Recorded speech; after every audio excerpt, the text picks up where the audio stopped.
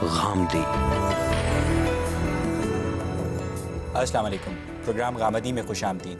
ناظرین، آج ہم اپنے شرکا اور محترم جاوید احمد غامدی کی باہمی گفتگو کے ذریعے اسلام میں حدیث کا مقام جاننے کی کوشش کریں گے اور دیکھیں گے کہ اگر قرآن مجید تا قیامت مکمل ہدایت ہے تو پھر اسلامی فقہ کے ماخذ میں حدیث کو کیوں شامل کیا جاتا ہے، کس طرح ایک حدیث کے مستند یا ضعیف ہونے کا فیصلہ کیا جائے گا اور یہ فیصلہ کون کرے گا، حدیث اور سنت میں کیا فرق ہے، اور پھر یہ کہ آخر صحائح ستہ کی تدوین سے قبل بھی کیا مسلمان معاشرے میں احادیث کا اتنا رواج تھا جتنا کہ اب ہے، اور پھر ہم غامدی صاحب کی مدد سے کچھ ایسی احادیث کی صحت اور حقیقت جاننے کی کوشش کریں گے جن کو سیاق و سباق میں سمجھے بغیر مسلمان معاشرہ افراط و تفرید کا شکار ہو سکتا ہے۔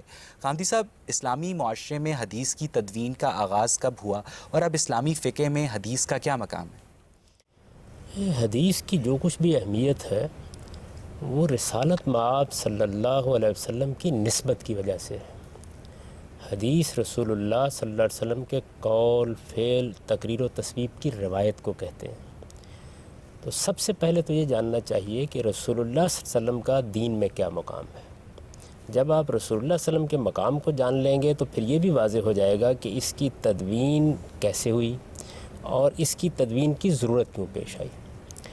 رسول اللہ صلی اللہ علیہ وسلم کا جو مقام قرآن نے بیان کیا ہے وہ یہ ہے کہ اب قیامت تک کے لیے آپ ہی کی ذات والا صفات دین کا تنہا ماخذ ہے، یعنی دین کا تنہا سورس سب آپ ہی کی ذات والا صفات ہے۔ جس چیز کو آپ اپنے قول، فعل، تقریر، تصویب سے دین قرار دیں گے وہی دین ہے، اور جس چیز کو آپ کی سند حاصل نہیں ہے اس کو دین کی حیثیت سے پیش نہیں کیا جا سکتا۔ رسالت مآب صلی اللہ علیہ وسلم نے جو دین ہمیں دیا وہ اللہ کی وحی کے ذریعے سے دیا، اللہ تعالیٰ کی تائید سے دیا، اور اللہ تعالیٰ نے آپ کو اس منصب پر فائز کیا۔ رسالت مآب صلی اللہ علیہ وسلم کی جو حیثیت قرآن بیان کرتا ہے وہ یہ ہے کہ ہر پیغمبر بھیجا ہی اس لیے جاتا ہے کہ وما ارسلنا من رسول الا لیطاع باذن اللہ، کہ اللہ کے اذن سے اس کی اطاعت کی جائے۔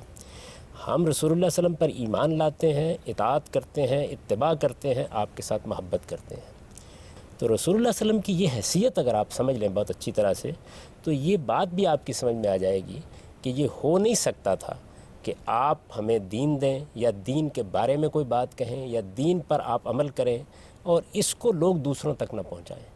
معمولی شخصیات جن کے ساتھ لوگ محبت کرتے ہیں ان کی ایک ایک ادا کو لوگ محفوظ کرنے کی کوشش کرتے ہیں۔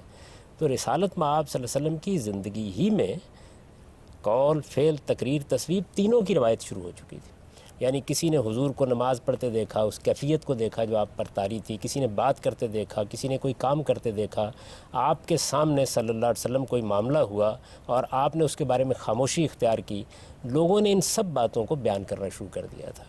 یہ وہ دور تھا جس میں قرآن لکھا جا رہا تھا۔ جب قرآن لکھا جا رہا تھا اور قرآن حفظ کیا جا رہا تھا تو رسالت مآب صلی اللہ علیہ وسلم نے بھی اس کا اہتمام کیا کہ اس کے ساتھ کسی اور چیز کا اختلاط نہ ہو۔ اس لیے پہلے مرحلے میں تو لوگوں کی زیادہ توجہ اسی پر رہی کہ قرآن کو محفوظ کر لیا جائے۔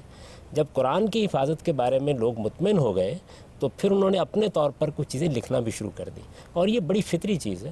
تو صحابہ کرام نے بھی کہیں زیادہ احتیاط کے ساتھ، کہیں فراخ دلی کے ساتھ وہ باتیں بیان کرنا شروع کر دی۔ قرآن مجید کی جب کمپائلیشن مکمل ہوئی اس کے بعد مسلمانوں نے حدیث کو محفوظ کرنا شروع کر دیا۔ یعنی کسی نے زبانی بیان کرنا شروع کر دیا، کسی نے کہیں لکھ کے کسی کو بھیجنا شروع کر دیا۔ یہ دیکھیے بڑی فطری چیز ہے، یعنی اس کے بارے میں کسی فنی بحث کی ضرورت نہیں ہے، فطری طور پر ایسے ہوگا۔ یہ کیسے ہو سکتا ہے کہ مثال کے طور پر میں رسالت مآب صلی اللہ علیہ وسلم سے مل کے آیا ہوں اور میں نے کوئی بات سنی تو میں آپ کو نہ بتاؤں، آپ مل کے آئے ہیں اور آپ مجھے نہ بتائیں۔ بلکہ صحابہ کرام کے بارے میں تو یہ معلوم ہوتا ہے کہ وہ اپنے لیے باری مقرر کر لیتے تھے کہ آج تم جناب کی مجلس میں جاؤ گے اور جو باتیں سنو گے وہ مجھے بتا دو گے۔ خود سیدنا عمر جیسے جلیل القدر شخص نے یہ بیان کیا ہے کہ وہ اپنی زمینوں کی نگہداشت کے لیے مجلس میں جب حاضر نہیں ہو سکتے تھے تو کسی نہ کسی کو مقرر کر دیتے تھے کہ وہ آپ کی باتیں آپ تک پہنچاتا رہے۔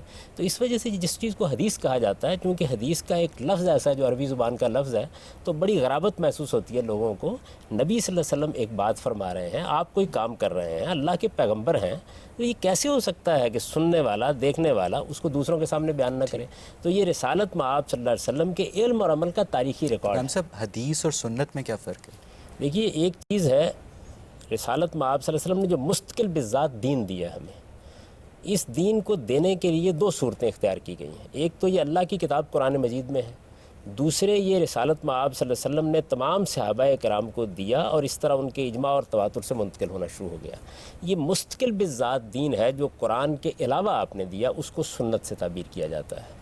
حدیث کا جہاں تک تعلق ہے وہ رسالت مآب صلی اللہ علیہ وسلم کے قول فعل اور تقریر کا ریکارڈ ہے، علم اور عمل کا ریکارڈ ہے. اس میں کیا ہوتا ہے؟ اس میں کہیں قرآن کی کوئی آیت آپ نے پڑھ دی، وہ کسی نے بیان کر دیا کہ حضور نے فلاں موقع پر قرآن کی آیت پڑھی تھی. کہیں کسی سنت کی تشریح وضاحت کر دی، وہ بھی بیان ہو گیا. کہیں کسی سنت پر یا قرآن کے کسی حکم پر لوگوں نے آپ کو عمل کرتے ہوئے دیکھا، اس کو بیان کر دیا. اسی طریقے سے رسالت مآب صلی اللہ علیہ وسلم کی سیرت سوانح اس میں بیان ہو جاتی ہے. آپ کی زندگی میں پیش آنے والے واقعات بیان ہو جاتے ہیں، آپ سے ملنے والے لوگوں کی گفتگویں اس کے ریکارڈ میں آ جاتی ہیں. تو وہ علم و عمل کا تاریخی ریکارڈ ہے. تاریخی ریکارڈ ہمیشہ پہلے مرحلے میں ایسے ہی محفوظ ہوتا ہے. یعنی کسی آدمی کو پہلے مرحلے میں یہ خیال نہیں ہوتا، بڑی سے بڑی شخصیت کے قریب رہنے والوں کو بھی، کہ وہ کاغذ پینسل لے کے بیٹھ جائے. پہلے مرحلے میں تو ایسے ہی ہوتا ہے کہ لوگ بات سنیں گے، زبانی بیان کر دیں گے، میں آپ سے بیان کروں گا، آپ مجھ سے بیان کریں گے. پھر ایک وقت ایسا آتا ہے کہ یہ خیال ہوتا ہے کہ اچھا اس کو محفوظ کر لیا جائے، کہیں یہ چیزیں لوگوں کی نگاہوں سے اوجھل نہ ہو جائے. اب اس کو محفوظ کرنے کا عمل بھی انفرادی طور پر شروع ہوتا ہے. بالکل اسی طریقے سے یہ عمل بھی شروع ہو گیا. اور اب تو بعض محققین نے ایسے صحیفے دریافت کر لیے ہیں جو بالکل ابتدائی زمانے میں بلکہ صحابہ کرام میں سے بعض نے مرتب کر دیے تھے. تو یہ سلسلہ جاری رہا. اس کے بعد لوگوں نے کچھ کتابیں مرتب کرنا شروع کر دیں، جس میں امام مالک کی موطا کو بڑی غیر معمولی اہمیت حاصل ہے. اور امام مالک نے یہ موطا جو ہے یہ پہلی صدی کے اندر ہی مرتب کر دی تھی. 20 لوگوں نے ان سے سنی، پڑھی، ان کو آگے بیان کرنا شروع کر دیا. اب گویا کتابی صورت میں تدوین کا عمل شروع ہو گیا. پھر اس کے بعد وہ مرحلہ آیا ہے کہ جس کے اندر اس کے بڑے بڑے ماہرین پیدا ہونا شروع ہوئے. وہ کیوں پیدا ہونا شروع ہوئے، بات آگے بڑھے گی تو میں آپ سے عرض کروں گا کہ اس کی ضرورت کیوں پیش آئی.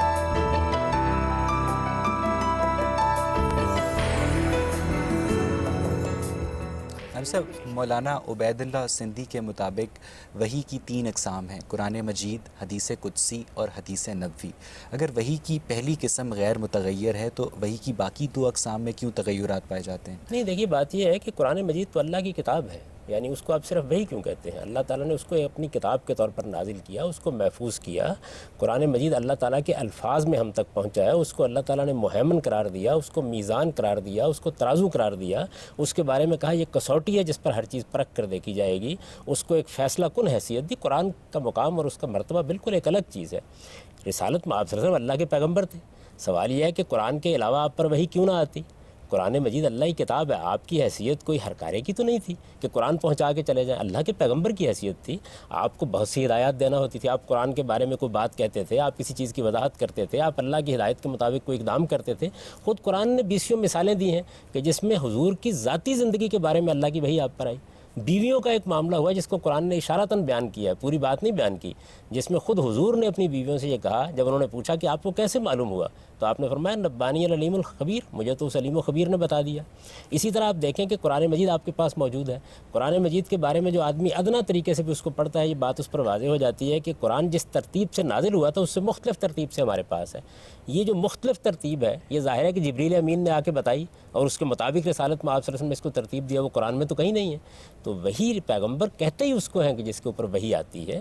وحی کی اقسام طے کرنے کا ہمارا کوئی استحقاق نہیں ہے.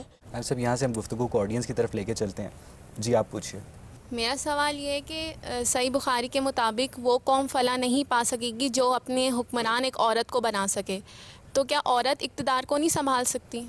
دیکھیے جی، بات یہ ہے کہ یہ روایت جو ہے، اس روایت کے بارے میں بہت سی بحثیں ہیں. کچھ بحثیں تو ایسی ہیں جن کا تعلق روایت کے بیان سے ہے، کچھ بحثیں ایسی ہیں جو فہم سے ہیں. مثال کے طور پر 2 نقطۂ نظر کی طرف میں اشارہ کر دیتا ہوں. ایک نقطۂ نظر یہ ہے کہ اس میں کوئی اصول بیان کیا گیا ہے عورتوں کی قیادت کے بارے میں یا عورتوں کی حکومت کے بارے میں. دوسرا نقطہ نظر یہ ہے کہ یہ اصل میں ایک خاص واقعے پر تبصرہ ہے. رسالت مآب صلی اللہ علیہ وسلم کو جب یہ اطلاع دی گئی کہ پران دخت کو حکمران بنا دیا گیا ہے تو آپ نے اس قوم کی طرف اشارہ کرتے ہوئے یہ تبصرہ کیا.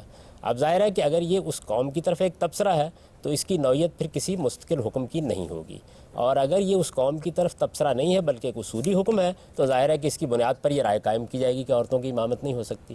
تو میں پہلی نقطہ نظر کو درست سمجھتا ہوں. جو لوگ دوسرے نقطہ نظر درست سمجھتے ہیں ان سے آپ یہ سوال کر سکتے ہیں. صحیح بخاری کے مطابق مشرکوں کی ہجو یعنی ان کی انسلٹ کرنا جائز ہے، تو اس صورتحال میں کیا مسلمانوں کو ڈنمارک والوں کے خلاف احتجاج کرنا چاہیے؟ دیکھیے پہلی بات تو یہ سمجھ لیجئے کہ اس میں صحیح بخاری کا مسئلہ تو بعد میں آئے گا، اصل میں قرآن میں یہ بات بیان ہوئی ہے. میں اس کا پس منظر آپ کو بتاتا ہوں کیا ہے. اللہ تعالیٰ جب کسی قوم کی طرف اپنے رسول کو بھیجتے ہیں تو وہ اللہ کی حجت کا آخری ذریعہ ہوتا ہے. اس کے ذریعے سے جب اللہ کی حجت پوری ہو جاتی ہے تو اسی دنیا میں اس قوم پر یا اس کے مخاطبین پر عذاب آ جاتا ہے. یہ عذاب دو صورتوں میں آتا ہے. ایک یہ کہ اس قوم کا خاتمہ کر دیا جاتا ہے، جیسے قوم نوح مٹا دی گئی، قوم سمود مٹا دی گئی، قوم عاد مٹا دی گئی. اور دوسری صورت یہ ہوتی ہے کہ اس قوم پر رسول کے ساتھیوں کو ایسا غلبہ حاصل ہو جاتا ہے کہ وہ ان کو محکوم بنا لیتے ہیں یا غلام بنا لیتے ہیں. یعنی یا غلامی کی سزا دی جاتی ہے اور یا موت کی سزا دی جاتی ہے. تو رسالت میں آپ صلی اللہ علیہ وسلم بھی اللہ کے رسول تھے. چنانچہ آپ کی طرف سے اتمام حجت کے بعد دو قوموں کے بارے میں فیصلہ سنا دیا گیا. یہ فیصلہ سورہ توبہ میں سنایا گیا ہے. مشرکین کے لیے موت کی سزا تھی اور ان کو دے دی گئی. ان میں سے جن لوگوں نے بھی اپنی ماندت پر اصرار کیا ان کو یہ سزا مل گئی. اور اہل کتاب کے بارے میں یہ کہا ہے کہ حتیٰ یوت الجزیۃ عن ید وہم صاغرون، یہ محکوم بنا کے رکھے جائیں گے. اسی کو امام بخاری نے بیان کیا ہے. اس کا مجھ سے، آپ سے اور آج کے لوگوں سے کوئی تعلق نہیں. سر میرا سوال یہ ہے کہ جیسے کہ دین ہمارے پاس قرآن اور سنت کی روشنی کی صورت میں موجود ہے. قرآن تو ایک اتھینٹک بک ہے، ہر مسلمان اس پہ بلیو کرتا ہے، لیکن سنت کی وہ کون سی بک ہے جس کو زیادہ سے زیادہ اتھینٹسٹی دی جا سکتی ہے؟ پہلی بات تو یہ سمجھ لیجئے کہ جو قرآن اور سنت ہیں دونوں کے دونوں ہمیں مسلمانوں کے اجماع اور تواتر سے ملے ہیں. مسلمانوں کے اجماع اور تواتری کی بنیاد پر یہ قطعی حجت بن گئے ہیں. اسی کو امام شافعی نے اپنے الرسالہ میں ایک دوسرے اسلوب میں بیان کیا ہے کہ مسلمانوں کے تمام عوام نے اس کو عوام تک منتقل کیا ہے. تو یہ جو حصہ ہے اس میں مستقل بالذات احکام بیان ہوئے ہیں. ان پر کوئی دوسری چیز نہ کوئی اضافہ کرتی ہے نہ کمی کرتی ہے. اس وجہ سے یہ تو بالکل محفوظ ہے. مسلمانوں کے اجماع سے ان کو حاصل کر لیا جائے گا. اجماع کیا چیز ہوتی ہے؟ آپ کسی فقیہ سے پوچھئے وہ بھی بتائے گا، محدث سے پوچھئے وہ بھی وہی بات بتائے گا، مورخ سے پوچھئے وہ بھی وہی بات بتائے گا. عام مسلمان بھی اس پر اسی طریقے سے عمل کر رہے ہوں گے. یہ ہمارے دین کا وہ حصہ ہے جس میں کوئی ادنیٰ درجے کا اختلاف بھی موجود نہیں. آپ جو کتاب اٹھائیں گے، جو چیز بھی آپ کے سامنے آئے گی، ہر جگہ ایک ہی بات بیان ہوگی. ایک دوسرا حصہ ہے. دوسرا حصہ وہ ہے کہ جس کا تعلق تفہیم و تبیین سے ہے. یعنی ایک بات سمجھائی جا رہی ہے، کسی سوال کا جواب دیا جا رہا ہے، کسی چیز پر عمل کر کے دکھایا جا رہا ہے. یہ حصہ وہ ہے کہ جو ہمارے یہاں اخبار احاد یا احادیث سے نقل ہوتا ہے. یہ حصہ کوئی اضافہ نہیں کرتا، کوئی کمی نہیں کرتا، لیکن بہت بڑی حکمت ہم تک پہنچاتا ہے. اس کو علم کے زاویے سے دیکھنا چاہیے اور علم ہی کی حیثیت سے اسے قبول کرنا چاہیے. اس کے بارے میں جو اختلافات پیدا ہو جاتے ہیں ان اختلافات کو انسان کا حسن سمجھیے، اس لیے کہ اصل دین محفوظ ہے. اب میں ذرا فہرست بتاتا ہوں آپ کو کیا ہے. توحید کے معاملے میں کیا قرآن واضح نہیں ہے؟ رسالت کے بارے میں کیا قرآن مجید نے کوئی ابہام چھوڑا ہے؟ آخرت کے پر ایمان کی منادی کر دی ہے قرآن مجید نے.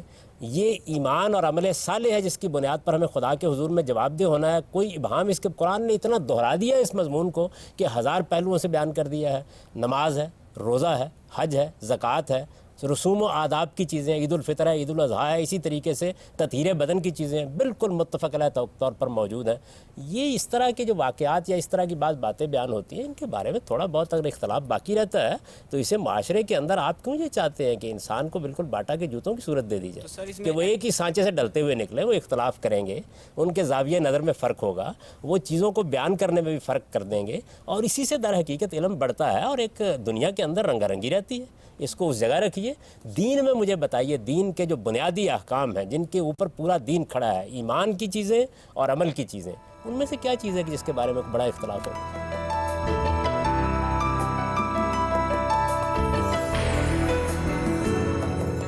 ہم سب بعد میں جو یہ فن ترقی کرتا گیا تو زمانہ آگے بڑھتا گیا اور احادیث کی تعداد میں ایکسپوننشلی اضافہ ہوتا چلا گیا.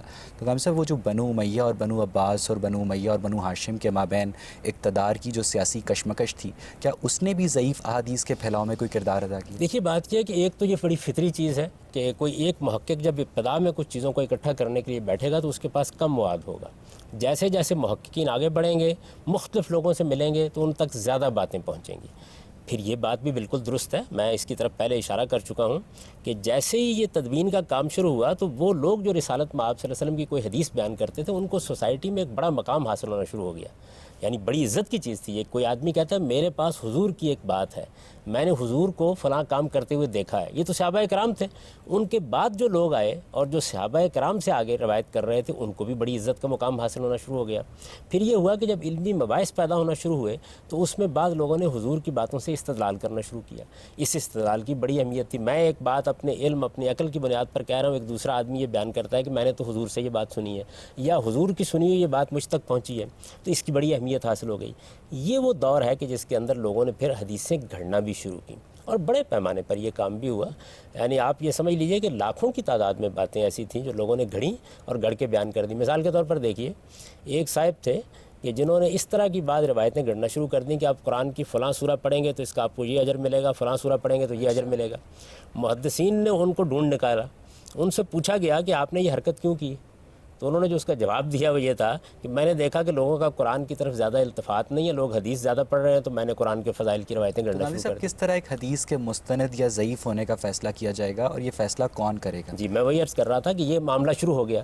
اب جب یہ معاملہ شروع ہوا تو جس طرح ضرورت ایجاد کو پیدا کرتی ہے, بالکل اسی طریقے سے ایسے جلیل القدر لوگ پیدا ہوئے جنہوں نے اپنی زندگی لگا دی کہ وہ اب رسالت مآب صلی اللہ علیہ وسلم کی نسبت سے جو تاریخی ریکارڈ سامنے آ رہا ہے اس میں کوئی ملاوٹ نہیں ہونے دیں گے.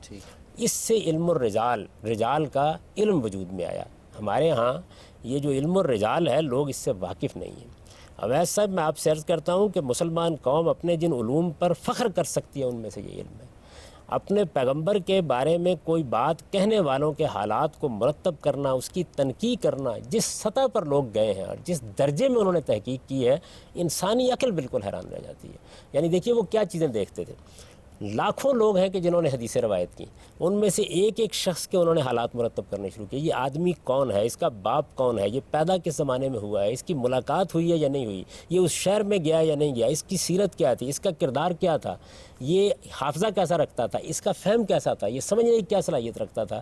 یہ اتنا عظیم الشان ریکارڈ ہے کہ اگر لوگوں کو کبھی توفیق ہو, اب تو لوگ چونکہ عربی زبان سے واقف نہیں ہیں, اور علم رجال کی کتابیں اٹھا کے دیکھیں تو واقعتاً عقل بالکل متحیر ہو جاتی ہے. دنیا کی پوری علمی تاریخ میں آپ کو کسی دور میں کسی شخصیت کے بارے میں اس طرح کا ریکارڈ نہیں ملے گا. اتنا غیر معمولی علم وجود میں آیا. پھر اس کے اصول انہوں نے قائم کیے کہ ہم کسی روایت کو جب حضور کی طرف نسبت دی جائے گی تو انہوں نے کہا ہم کیسے دیکھیں گے. اس کے اصول بنائے گئے. وہ اصول جو ہیں ان اصولوں کا میں نے کم و بیش 17-18 سال تک تنقیدی مطالعہ کیا. یعنی اس خواہش کے ساتھ مطالعہ کیا کہ اگر ان میں کوئی غلطی ہے تو دریافت کرنی چاہیے. میں آپ سے یہ کہتا ہوں, میں نے یہ لکھا بھی ہے اپنی کتاب میں, کہ کسی ایک جگہ کے اوپر بھی آپ انگلی رکھ کے نہیں کہہ سکتے کہ ان اصولوں میں کوئی خامی ہے. یعنی تن کا برابر نہ اس سے زائد بات کہی جا سکتی ہے نہ اس سے کوئی کم بات کہی جا سکتی ہے. یہ ہمارے محدثین کا اتنا بڑا کارنامہ ہے کہ جتنی داد آپ اس کو دیں کم ہے. وہ اصول کیا تھے؟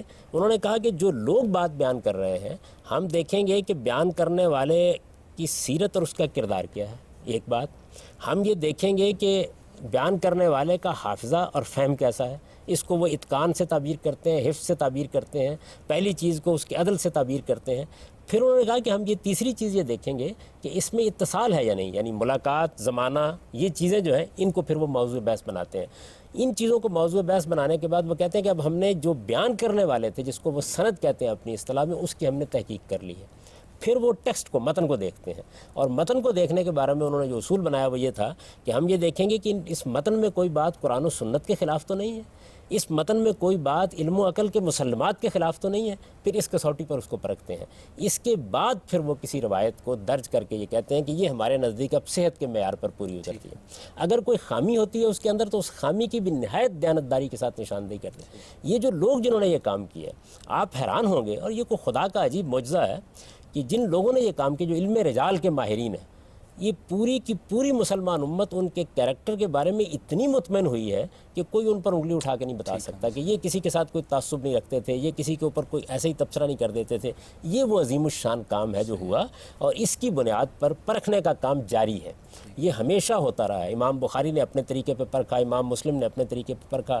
یعنی محدثین میں ایک اصولی اتفاق تو ہوتا ہے, لیکن مزاج, طبیعت اور بعض اصولوں میں فرق ہو جاتا ہے. مثلا امام بخاری کو اس بات پر اصرار تھا کہ جب ہم یہ کہتے ہیں کہ فلاں آدمی سے بات بیان کر رہا ہے تو اتنا کافی نہیں ہے کہ زمانہ ایک ہو, بلکہ ملاقات بات کا ثبوت بھی ہونا چاہیے. دوسرے محدثین یہ کہتے ہیں کہ نہیں اتنا اصرار کرنا ٹھیک نہیں. تو ایسی بعض چیزیں ہیں سٹل نوعیت کی جن میں کچھ اختلاف ہو جاتا ہے، ورنہ بحثیت مجموعی یہ نہایت اعلیٰ معیار ہے.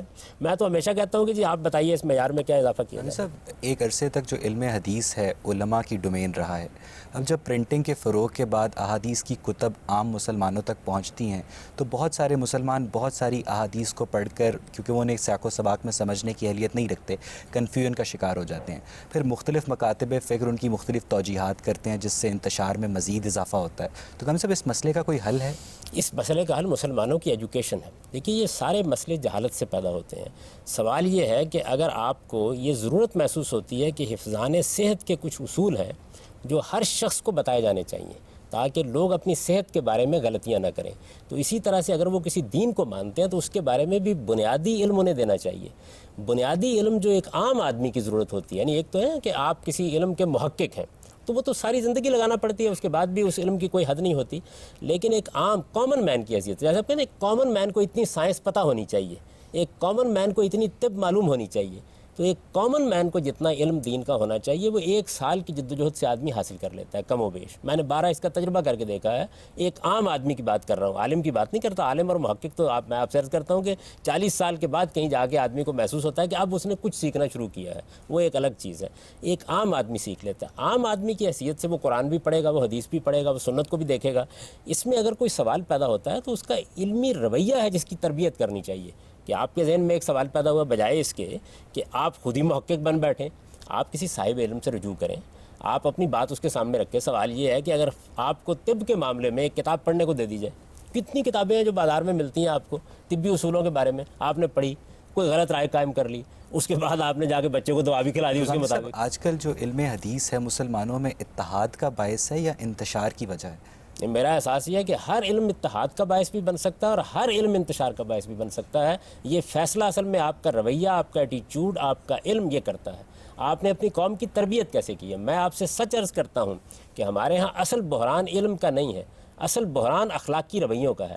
مذہبی لوگوں کے ہاں آپ یہ دیکھیں گے وہ بہتان لگائیں گے، وہ جھوٹ بولیں گے، وہ دوسرے کی بات کو سمجھے بغیر اس کو آگے بیان کریں گے، وہ اپنے ذہن میں ایک تصور قائم کر کے دوسرے کے بارے میں رائے قائم کریں گے، وہ دیانتداری کے معمولی معیارات سے واقف نہیں ہوں گے. یہ چیزیں جو ہے اس کا کیا تعلق ہے اس سے کہ حدیث کتنی ہے اور اس کا کیا تعلق ہے قرآن میں کیا ہے.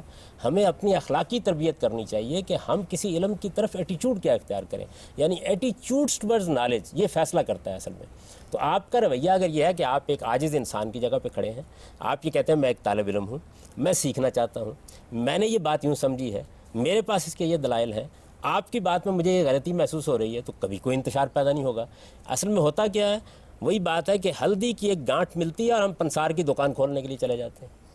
یعنی اگر آپ اپنے حدود علم سے واقف ہوں، ہم سب انسان ہیں، غلطیاں کرتے ہیں، یا پھر کیا ہوتا ہے، یا پھر تعصبات کام کرتے ہیں. یعنی مثال کے طور پر دیکھیے نا کہ اب ایک صحیح ترین روایت آپ کے سامنے آتی ہے، قرآن کی ایک آیت ہے، آپ اس کو کسی کے سامنے رکھتے ہیں، دوسرا آدمی کسی امام کی فقہ کو مان رہا ہوتا ہے، آپ اس کے سامنے یہ بات رکھتے ہیں، وہ یہ کہتے ہیں نہیں کہ ہمارے امام صاحب نے اس کو بہتر سمجھ لیا ہوگا. یہ جو ذہنیت ہے، یہ ذہنیت پھر کسی بات کے سننے کا آپ کے اندر حوصلے نہیں پیدا ہونے دیتا.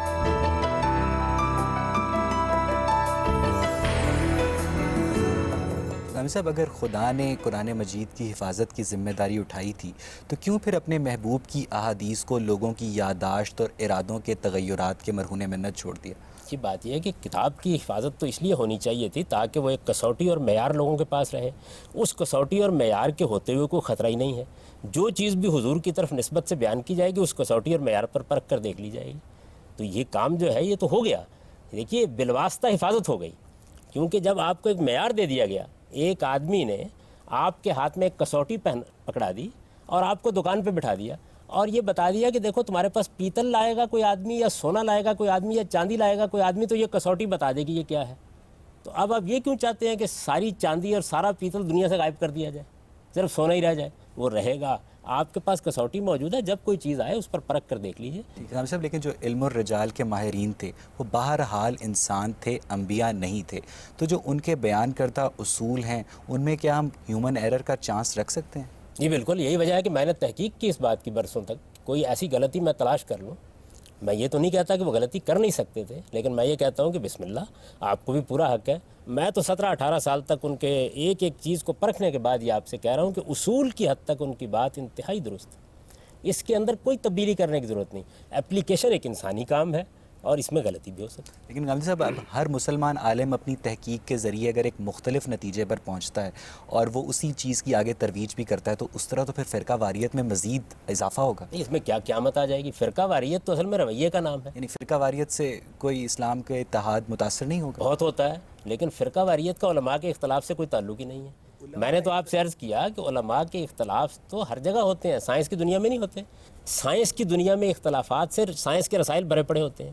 طب میں اختلاف کا معاملہ یہ ہوتا ہے کہ ایک دوا ہمیں کھلائی جاتی ہے، ہم کوئی 10-20 سال وہ دوا کھاتے رہتے ہیں، یک بیک معلوم ہوتا ہے کہ نئی تحقیق سے معلوم ہے کہ اس میں تو یہ خرابی تھی. اب دیکھیے کہ انسان کی زندگی اور موت کا مسئلہ ہے، تو اختلاف سے کچھ نہیں ہوتا. یعنی ایک فرقے کا دوسرے فرقے کو کافر قرار دینے کا رویہ بالکل غلط ہے. یہ رویے کی غلطی ہے. کسی کو حق نہیں ہے کہ وہ کسی کے بارے میں یہ فیصلے کرے. یہ فیصلہ کرنے کا حق خدا نے اپنے سوا کسی کو نہیں دیا. یہ باتیں سمجھانے کی ضرورت ہے. اصل میں ہمارا ایٹیچیوڈ ہے جو خرابی کا باعث بنتا ہے. میرے بھائی مجھے یہ بتائیے کہ اگر کوئی آدمی آج سے 50 سال پہلے کی سائنسی تحقیق کی کوئی کتاب اٹھائے اور اس کتاب کے بارے میں یہ خیال پیدا کر لے کہ جو کچھ اس میں لکھ دیا گیا ہے وہ حتمی ہے اور مجھے ساری دنیا سے ڈنڈے کے زور پر یہ منوانا ہے، تو یہ ذہنیت کا مسئلہ ہے یا کتاب کا قصور ہے؟ تو اصل میں ہمارے ہاں ذہنیت کیا ہے؟ ہماری ذہنیت اصل میں علم اور تحقیق کی ذہنیت ہی نہیں ہے. ہمارے مدرسے اس کی تربیت نہیں دیتے، ہماری یونیورسٹیاں اس کی تربیت نہیں دیتی. ہم لوگوں کو یہ بتاتے ہی نہیں ہیں کہ ان کے اندر تنقیدی ذہن پیدا ہونا چاہیے. تنقیدی ذہن تنقیص کا ذہن نہیں ہوتا.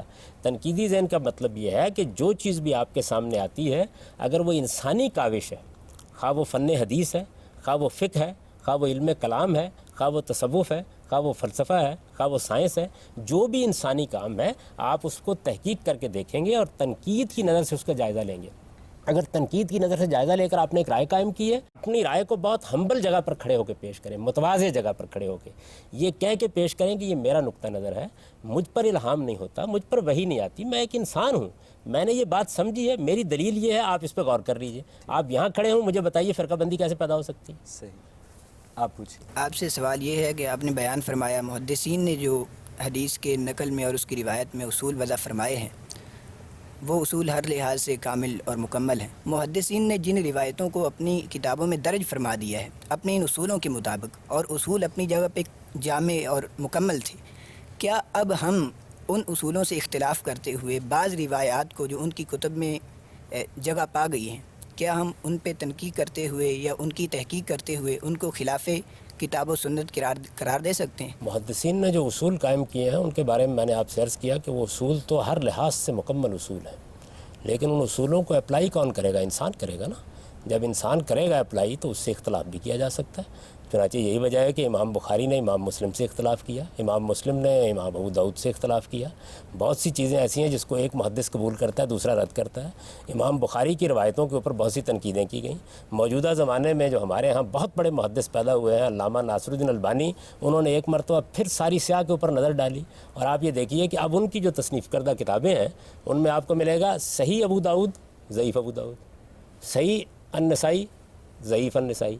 محدثین کے اصول بالکل مکمل ہیں، لیکن ان کو اپلائی کرنے کا کام، ان کے اطلاق کرنے کا کام، یہ نہ کبھی پہلے رکا ہے، نہ اب رکے گا، نہ قیامت تک اس کو روکا جا سکتا ہے. یہ تنقید ہوتی رہے گی، لیکن انہی اصولوں کو سامنے رکھ کر کی جائے گی. ان اصولوں میں اگر کوئی آدمی کوئی تبدیلی کرنا چاہتا ہے، وہ اصول بھی انسانوں ہی کے بنائے ہوئے ہیں، ضرور کرے. میں نے تو اپنا تاثر بیان کر دیا کہ میں نے ان کو تنقیدی نگاہ سے پرکھا ہے، برسوں دیکھا ہے، اور اس کے بعد اپنی کتاب میں یہ جملہ لکھا ہے کہ نہ ان میں ایک تنکے کا اضافہ کیا جا سکتا ہے، نہ کمی. جہاں تک یہ بات ہے کہ علامہ ناصر الدین البانی صاحب نے ایک کام کیا ہے، اگر وہ امام ترمذی سے اختلاف کر سکتے ہیں تو ہمیں بھی ان سے اختلاف ہو سکتا ہے. اصل چیز یہ ہے کہ انہوں نے جو صحیح ابن پوری کی پوری بات کو اپنے لفظوں میں دہرا دیا. اگر علامہ ناصر الدین البانی ان سے اختلاف کر سکتے ہیں تو آپ بھی ان سے اختلاف کر سکتے ہیں، ہمیں اور ان سے اگر آپ کوئی بات کہتے ہیں تو ان سے ہم بھی اختلاف کر سکتے ہیں. میں یہ عرض کر رہا ہوں کہ اگر علامہ ناصر الدین البانی ہمارے محدثین کے اصول ہے مطلب تحقیق سے اختلاف کر سکتے ہیں تو ہمیں علامہ ناصر الدین سے اختلاف کرنے کا حق حاصل ہے. علامہ ناصر الدین البانی نے، میری گزارش سن لیجیے، انہوں نے کسی محدثین کے اصول سے اختلاف نہیں کیا، ان اصولوں کو اپلائی کرنے میں اختلاف بالکل کیا. ٹھیک بات ہے. میں یہ دو الگ الگ باتیں ہیں. دیکھیے اصول ایک الگ چیز ہے، کسی اصول کو کسی روایت پر جب آپ اپلائی کرتے ہیں تو اس میں انسانی فہم اختلاف کر سکتا ہے. یہی اختلاف اس سے پہلے بھی ہوتا رہا ہے. میں نے تو اپنا نقطہ نظر بھی آپ کو بتایا کہ اصولوں کا جہاں تک تعلق ہے وہ تو بڑے پرفیکٹ ہیں اور میرے خیال میں ان میں کوئی اضافہ کوئی کمی نہیں کی جا سکتی، لیکن ان کو اپلائی کرنے کا کام ایک انسانی کام ہے۔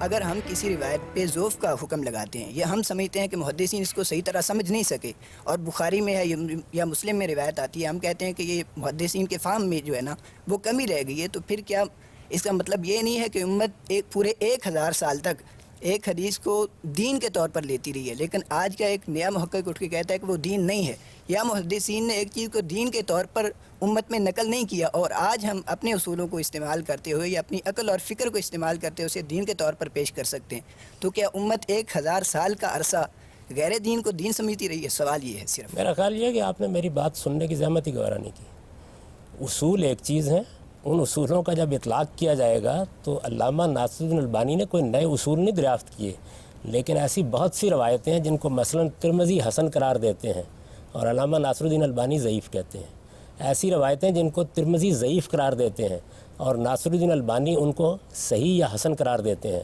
اصولوں کو اپلائی کر کے ایک روایت کو ایک محدث صحیح کہتا ہے، دوسرا اس کو ضعیف قرار دے دیتا ہے، ایک اس کو موضوع قرار دیتا ہے، دوسرا کہتا ہے موضوع تک نہ جائیے، اس میں ضعف ہے۔ اس کی مثالیں خود امام ترمذی کے ہاں موجود ہیں، ابو داؤد کے ہاں موجود ہیں، نسائی کے ہاں موجود ہیں، اس کی مثالیں بخاری کے ہاں موجود ہیں، مسلم کے ہاں موجود ہیں۔ آج تک کسی نے یہ نہیں کہا کہ جو کتابوں میں لکھ دیا گیا ہے اس کے اوپر آپ کو گفتگو کرنے کا حق نہیں ہے۔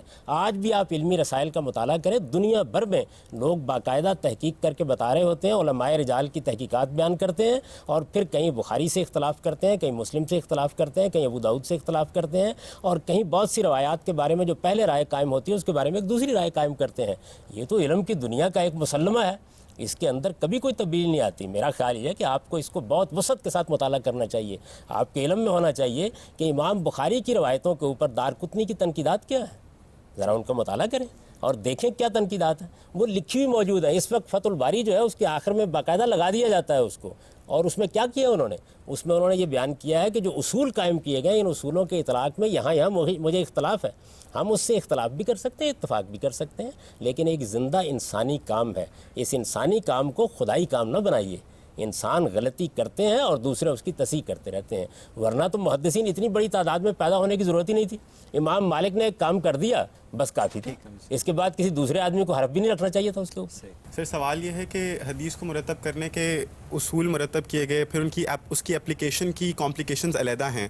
اگر حضور صلی اللہ علیہ وآلہ وسلم جس وقت قرآن مجید کو قلم بند کیا جا رہا تھا اس کے ساتھ حدیث کو بھی قلم بند کروا دیتے تو کیا اس سے امت کا اتحاد مجروح نہیں ہوتا؟ اور دوسری بات یہ کہ ہم یہ فیصلہ کرنے کے بجائے کہ کون سی حدیث صحیح ہے اور اس کی صحت کیا ہے، مستند کون سی ہے، ضعیف کون سی ہے، اس کا تعین کرنے کے بجائے ہم اس پر عمل کرتے، اور کیا یہ اس سے ہم زیادہ بہتری کی طرف نہیں جا سکتے تھے اور بہت ساری کمپلیکیشن سے بچ جاتے؟ یہ حضور نے جو دین ہمیں دیا ہے، مستقل بذات احکام دیے ہیں، وہ سب کے سب قرآن میں ہے اور سنت میں ہے، وہ دے دیے آپ نے۔ اس کے بعد کیا کوئی انسان دنیا کے اندر یہ کر سکتا ہے کہ وہ جو بولے آدمی سے کہہ ذرا لکھ لو، جو کرے ایک شخص کو بلائے اور کہے کہ ذرا اس کو تحریر کر لو؟ یہ تو اتنا مصنوعی کام ہوتا کہ میرا خیال یہ ہے کہ ہم پیغمبر کی شخصیت ہی سے محروم ہو جاتے ہیں۔ یہ تو اصل میں رسالت مآب صلی اللہ علیہ وسلم کی زندگی کا وہ غیر معمولی تاریخی ریکارڈ ہے جو ایسے ہی مرتب ہونا تھا۔ اس سے ہمارے دین کے اندر کوئی خرابی پیدا نہیں ہوئی۔ صرف خرابی کب پیدا ہوتی ہے؟ جب ہم افراط و تفریط سے کام لیتے ہیں، یعنی ہم قرآن کی جگہ حدیث کو دے دیتے ہیں، حدیث کی جگہ قرآن کو دے دیتے ہیں۔ جب ہم کسی صاحب علم کے کیے ہوئے کام کے بارے میں ایسے متعصب ہو جاتے ہیں کہ اس پر ادنا درجے کی تنقید گوارا کرنے کے لیے تیار نہیں ہوتے۔ رسالت مآب صلی اللہ علیہ وسلم کی شخصیت ہو یا کسی دوسرے پیغمبر کی شخصیت، دیکھنے والے ہی اس کو بیان کریں گے۔ دین دینے کا کام آپ نے کیا، وہ اجماع اور تواتر سے منتقل ہو گیا، اس میں کوئی اختلاف نہیں ہے، وہ بغیر نزاع کے ہم تک پہنچا ہے، اس کی ایک ایک چیز بالکل محفوظ ہے، اس پر کوئی بحث ہی نہیں ہوتی۔ یہ حضور کی سیرت ہے، حضور کے سوانے ہیں، حضور گھر میں کیا کرتے تھے، حضور نے کسی موقع پر کیا فیصلہ کیا، کسی آدمی نے آ کے کوئی بات پوچھی تو آپ نے کیا بات کہی، بڑی دل نواز باتیں ہیں جن میں بیان ہوئی ہیں، یہ لکھوائی جاتی ہیں تو ان کا سارا حسن خراب ہو جاتا ہے۔ دیکھیے میں آپ کو ایک بڑا دل نواز واقعہ سناتا ہوں۔ رسالت مآب صلی اللہ علیہ وسلم کے پاس کچھ لوگوں کے لیے چادریں آئیں اور وہ آپ تقسیم کر رہے تھے۔ ایک نابینا صحابی، آپ نے نام سنا ہوگا، عبداللہ ابن ابی مکتوم، وہ کہیں سے آئے اور انہوں نے آ کے بڑی ناراضی کے انداز میں کہا کہ چادر مجھ کو تو نہیں ملی، تو آپ نے ان کے کندھے پر ہاتھ رکھا اور کہا میں نے تمہارے لیے چھپا کر رکھی ہوئی ہے۔ اب یہ جو ایک دل نواز واقعہ ہے، پیغمبر کی محبت ہے، شفقت ہے، اس کو کیا آپ کا خیال یہ ہے کہ ایک کمپیوٹر ساتھ رکھ دیا جاتا اور وہ لکھتا رہتا؟ یہ ساری باتیں اصل میں شخصیت کا حسن منتقل کرتی ہیں. کسی وقت کوئی گھر میں بات ہوئی ہے, کسی وقت کسی شخص کے ساتھ کوئی لطیف جملہ آپ نے بول دیا ہے, ان کو محفوظ کیا گیا ہے. آپ دو باتوں کو الگ کیجئے. اللہ کی کتاب آپ بالکل محفوظ شکل میں آپ کو دے گئے, کوئی نزاع نہیں ہے. سنت پوری کی پوری محفوظ شکل میں آپ تک پہنچ گئی, کوئی نزاع نہیں, دین مکمل ہو گیا. اس کے بعد اس کی تفہیم و تبیین ہے, آپ کے اسوہ حسنہ کا بیان ہے, آپ کی سیرت و سوانح ہے. اس کی ہزاروں جہتیں ہیں. شکر کیجئے کہ ان لوگوں نے بیان کر دی ہیں اور ان سے فائدہ اٹھائیے. ان سے کوئی خرابی نہیں پیدا ہوتی. خرابی اصل میں ہمارے ایٹیچیوڈ سے پیدا ہوتی ہے کہ ہم چیزوں کو ان کی صحیح جگہ پر نہیں رکھتے. آپ نے کہا کہ سنت کا محفوظ ریکارڈ ہمارے پاس پہنچ گیا. سنت کا ایک تو ریکارڈ کیا ہے, بلیک اینڈ وائٹ, یہ میرا سوال ہے. اور دوسری بات یہ کہ اگر یہ اتنا ہی اہم تھا کہ امت نے بعد میں جا کر اس میں فرقے پیدا ہونے ہیں صرف اس بات پر, حدیث پہ, تو کیوں نہیں کہ اس کو اتنے ہی اہم طریقے سے جس طرح قرآن مجید کو قلم بند کیا گیا, حدیث کو بھی قلم بند کیا جاتا, تاکہ 150 سال بعد یا اس کے بعد یہ کام نہ ہوتے, اسی وقت ہو جاتی اور ایک ڈاکیومنٹڈ فارم میں ہمارے پاس سارا کا سارا اسلام آ جاتا. دو باتوں کو الگ الگ کیجئے. یعنی جہاں تک دین کا تعلق ہے, میں نے آپ سے عرض کر دیا کہ وہ پورا کا پورا محفوظ ہے. فرقے پیدا ہونے کا کام تو قرآن مجید بھی نہیں روک سکتا. اس کی وجہ یہ ہے کہ لوگ قرآن کو سمجھنے کے معاملے میں اختلاف کریں گے اور وہاں سے فرقہ بندی پیدا ہو جائے گی. اصل میں فرقہ بندی کیسے پیدا ہوتی ہے؟ فرقہ بندی اختلاف کرنے سے نہیں ہوتی. میں نے قرآن مجید کی ایک آیت کو سمجھایا, اب حدیث کو ذرا تھوڑی دیر کے لیے الگ رکھ دیجئے. آپ نے قرآن کی وہی آیت سمجھی اور آپ کا فہم مجھ سے مختلف ہے. ایک رویہ یہ ہے کہ میں آپ سے یہ کہوں جی میں اس کو ایسے سمجھتا ہوں, میرے نزدیک یہ بات یوں ہے, میں آپ کی دلیل میں یہ خامی پاتا ہوں اور آپ کا حق مانتا ہوں کہ آپ بھی اپنی رائے پر قائم رہ سکتے ہیں. کوئی خرابی نہیں پیدا ہوگی, کوئی فرقہ بندی پیدا نہیں ہوگی, علم آگے بڑھے گا. میں آپ سے استفادہ کروں گا, آپ مجھ سے استفادہ کریں گے. ایک دوسری چیز یہ ہے کہ میں اپنے فہم کو حتمی قرار دے دوں. میں یہ کہوں کہ جو میں نے سمجھا ہے وہ مجھ پر الہام ہوا ہے, میں آپ کی بات سننے سے انکار کر دوں, آپ پر فتویٰ لگانا شروع کر دوں, اور پھر کوشش کروں کہ آپ کی بات کو غلط سے غلط معنی پہنا کے اپنے گرد و پیش میں کچھ ایسے لوگ جمع کر لوں کہ جو متشددانہ رویے اختیار کریں. تو فرقہ بندی یہاں سے پیدا ہوتی ہے. فرقہ بندی کا تعلق رویوں سے ہے. دوسری بات یہ ہے کہ یہ جو آپ مطالبہ کر رہے ہیں کہ رسالت میں آپ صلی اللہ علیہ وسلم یہ سب چیزیں لکھوا دیتے, یہ ممکن کیسے ہے؟ دیکھیے میں اس وقت آپ سے گفتگو کر رہا ہوں, میں یہاں آیا ہوں, ایک صاحب نے مجھے چائے آفر کی ہے, گفتگو کی ہے, بات چیت کی ہے. آپ کا کیا خیال ہے کہ یہ کوئی زندگی ہوتی کہ یہ ساری چیزیں لکھوانے کا کام رسالت میں آپ صلی اللہ علیہ وسلم کرتے؟ یہ میرے بعد ہی ہوگا کہ کسی آدمی کو اگر یہ پوچھا جائے گا میرے بارے میں تو وہ کہے گا جی میرے پاس وہ آئے تھے یہاں پہ, میں نے چائے پلائی تھی, میں نے گفتگو کی تھی, میں نے بات کی تھی. ایسے ہی یہ ساری چیزیں ہمیشہ منتقل ہوتی ہیں. حضور ہمیں جو دین دے کر گئے ہیں وہ اجماع اور تواتر سے, آپ نے پوچھا نا اس کا ریکارڈ کہاں ہے سنت کا, وہ اجماع اور تواتر سے منتقل ہوا ہے. اس کو ابن عبد البر نے اپنی کتاب جامع بیان العلم میں بیان کیا ہے کہ دین کا وہ حصہ جو لوگوں کے لیے قطع عذر کی حد تک قطعی ہے, جس کی بنیاد پر کفر و ایمان کے فیصلے ہوتے ہیں, وہ کیسے ملا ہے؟ نقل الکافہ عن الکافہ, یعنی مسلمانوں نے بحثیت مجموعی اپنے اجماع اور تواتر سے اس کو پایا اور اسی طرح نسلوں میں منتقل کر رہے ہیں. اس میں کوئی بحث ہی نہیں ہے. یہ حضور کا علم و عمل ہے. اور اس کے اندر کیا ہوتا ہے, میں نے آپ سے عرض کیا, مستقل بذات کوئی دینی حکم نہیں ہوتا. اس میں تفہیم و تبیین ہوتی ہے, اس کے اندر حضور کے اسوہ حسنہ کا بیان ہوتا ہے, نمونہ ہوتا ہے آپ کا, اس میں آپ کی سیرت و سوانح ہوتی ہے. اس کو ایسے ہی ہونا چاہیے تھا. یہ اگر ایسے نہ ہوتا تو ہم بہت بڑی چیز سے محروم ہو جاتے, اس لیے کہ بڑی مصنوعی سی صورت پیدا ہوتی کہ جو لفظ منہ سے نکالا جائے, یعنی مجھے آپ اس کا پابند کر دیں کہ میں جو لفظ منہ سے نکالوں, بیوی کوئی بات کرے, اگر کوئی لفظ منہ سے نکالوں, بچے سے کوئی بات کروں, فوراً ایک آدمی کو بلاؤ اور کہاں کہ آج رائے کرم اس کو لکھ لیجیے. تو آپ سوچتے ہیں تھوڑی دیر کے لیے کیا ہو جائے گا اس کے نتیجے میں, کیا چیز وجود میں آئے گی؟ اس کو فطری طور پر ایسے ہی ہونا تھا. ناظرین, قرآن مجید 14 صدیاں گزرنے کے باوجود بھی ایک غیر متغیر حالت میں مسلمانوں کے پاس موجود ہے. اسی لیے دین کی مکمل روح کا عقلی اکتساب اس کے ذریعے ممکن ہے.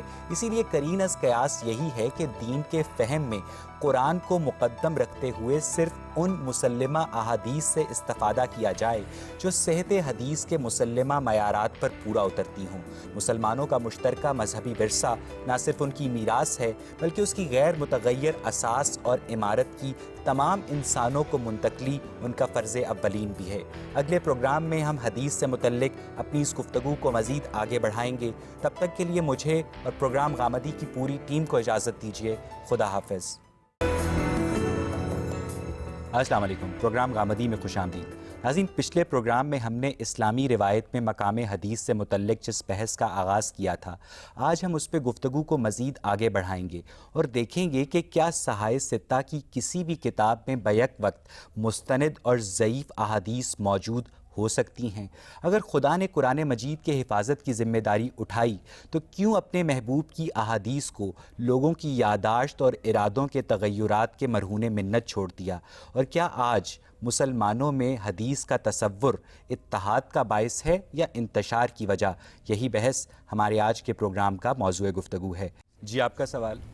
حمدی صاحب، اسلام میں حدیث کے مقام اور حجیت کے حوالے سے خاص طور پر سورۃ النجم کا حوالہ دیا جاتا ہے، وما ینطق عن الہویٰ ان ہوا الا وحی یوحیٰ، لیکن غور سے دیکھیں تو ان ہوا الا وحی یوحیٰ کہ آپ صلی اللہ علیہ وسلم کی تمام احادیث وہ سراسر سراپا وہی ہیں، تو آپ صلی اللہ علیہ وسلم کی وہ حیثیت، ذاتی حیثیت کہاں گئی؟ اگر سراپا ہے وہ وہی ہے تو آپ صلی اللہ علیہ وسلم کا وہ مقام بطور انسان کے، بطور پیغمبر کے کیا ہے؟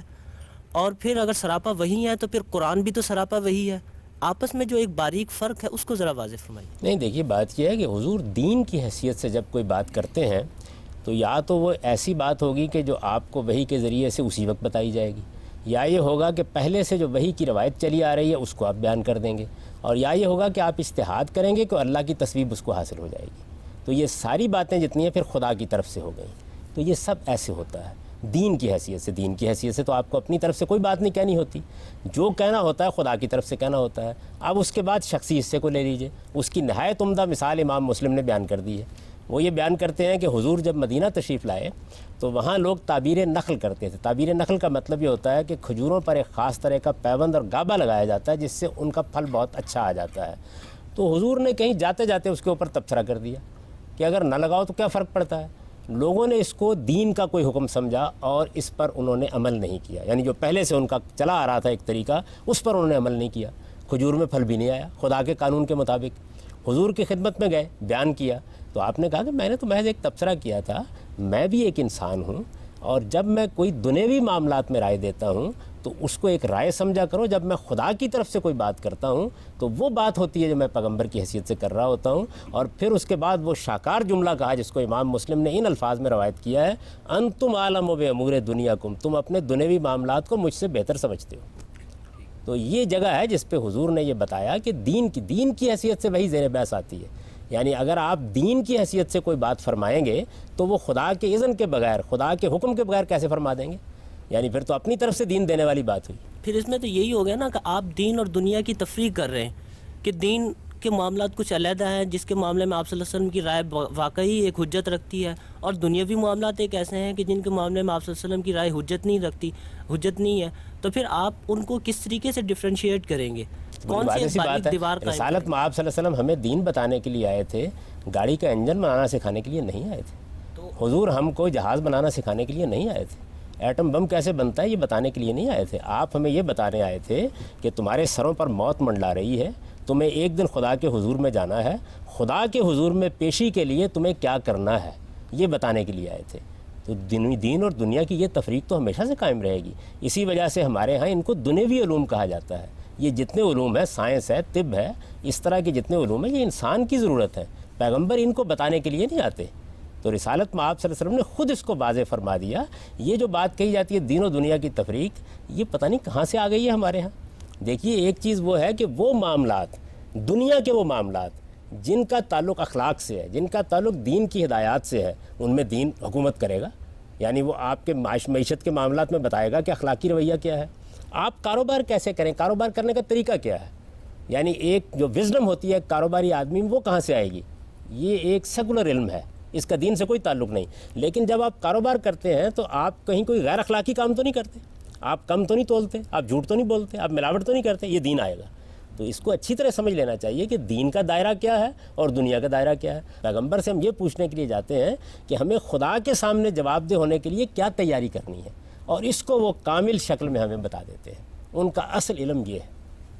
اب صاحب کسی بھی علم کی جو بنیادی خدمت ہوتی ہے، بنیادی اس کی ضرورت ہوتی ہے، وہ دور کے تقاضوں کو مد نظر رکھ کے کی جاتی ہے۔ ہم دیکھتے ہیں کہ قرآن علوم ہے، ان کے اوپر ہمارے علماء نے، محدثین نے، فقہاء نے خدمت کی ہے۔ آج ہم دیکھتے ہیں کہ وہ ایک عروج کا دور تھا، اب زوال کا دور ہے۔ زوال کے دور میں ہم مجموعی طور پر پسماندگی اور ذلت کا شکار ہے۔ اس دور کے اندر ہم کس طریقے سے علم حدیث کی بہتر طریقے سے خدمت کر سکتے ہیں؟ دور زوال کا ہو یا دور عروج کا ہو، ہم کو اپنے دین پر عمل کرنا ہے، اپنے دین کو سمجھنا ہے، اور دونوں سطحوں پر سمجھنا ہے، عام آدمی کی سطح پر بھی سمجھنا ہے اور اہل علم کی سطح پر بھی سمجھنا ہے۔ جس طریقے سے صحت کے مسائل زوال اور عروج کے دور سے الگ زیر تحقیق رہیں گے، جس طریقے سے دنیوی چیزیں زیر تحقیق رہیں گی، اسی طرح دین بھی زیر تحقیق رہے گا، قرآن کی خدمت ہوتی رہے گی۔ آپ یہ دیکھیے کہ کتنی تفسیریں قرآن کی ہیں جو اس دور زوال میں پچھلے 150 سال میں لکھی گئیں۔ اگر آپ گنیں تو آپ کو معلوم ہو کہ وہ اس سے کم نہیں ہے جتنی اس سے پچھلے دور میں لکھی گئی تھی۔ اگر آپ یہ غور کریں کہ حدیث کے علم کی جو خدمت کی گئی ہے اور اس پر جو مصنفات وجود میں آئی ہیں وہ کتنی تعداد میں ہیں، آپ حیران ہوں گے، اس سے لائبریریاں بھری جا سکتی ہیں موجودہ زمانے میں۔ تو علم کا کبھی بھی آپ کسی خاص دور میں اس کو بند نہیں کر سکتے، اس کی ضرورت تو ہمہ وقت ہے، ہوا اور پانی کی طرح اس کی ضرورت ہوتی ہے کہ علم کی تحقیق ہوتی رہے، علم کی تنقیح ہوتی رہے۔ ہماری بدقسمتی عزیزم یہی ہے کہ ہم علمی تحقیق سے اور علمی تنقید سے واقف ہی نہیں ہیں، ہم صرف تنقید سے واقف ہیں، ہم جانتے ہی نہیں کہ یہی چیز ہے جو زوال کا باعث بن گئی۔ کبھی غور تو کیجئے کہ خدا کا یہ عذاب ہم پر آیا کیوں ہے؟ یہ آیا ہی یہاں سے ہے کہ تنقیدی رویہ ہمارے یہاں پیدا نہیں کیا گیا۔ ہم نے ہر چیز کو دیکھنا ہے، تنقیدی رویہ کوئی کسی چیز کو رد کرنا نہیں ہوتا، اس کا جائزہ لینا ہوتا ہے۔ کریٹیکل اپریسیشن پیدا ہونی چاہیے کہ آپ کسی چیز کا جائزہ لے کے دیکھیں۔ یہ طبعی علوم میں نہیں کر سکے تو آپ دیکھیے کہ دنیا ہم سے کتنی آگے چلی گئی۔ یہ دینی علوم میں ہم نے نہیں کیا تو دیکھیے فرقہ بندی اور انتہا پسندی کے کس افرید کی گرفت میں آ گئے ہیں۔ جس وقت آپ علمی رویے پیدا کرتے ہیں تو فراخ دلی پیدا ہوتی ہے، اس کے اندر شائستگی پیدا ہوتی ہے، اس سے تہذیب وجود میں آتی ہے۔ جب آدمی علم کی دنیا میں داخل نہیں ہوتا تو متعصب ہوتا ہے، جب داخل ہوتا ہے تو علم کی گہرائی اور وسعت سامنے آتی ہے تو پھر وہ عاجز بندہ بن کے کھڑا ہو جاتا ہے۔ ہم نے اپنی قوم کی یہ تربیت ہی نہیں کی۔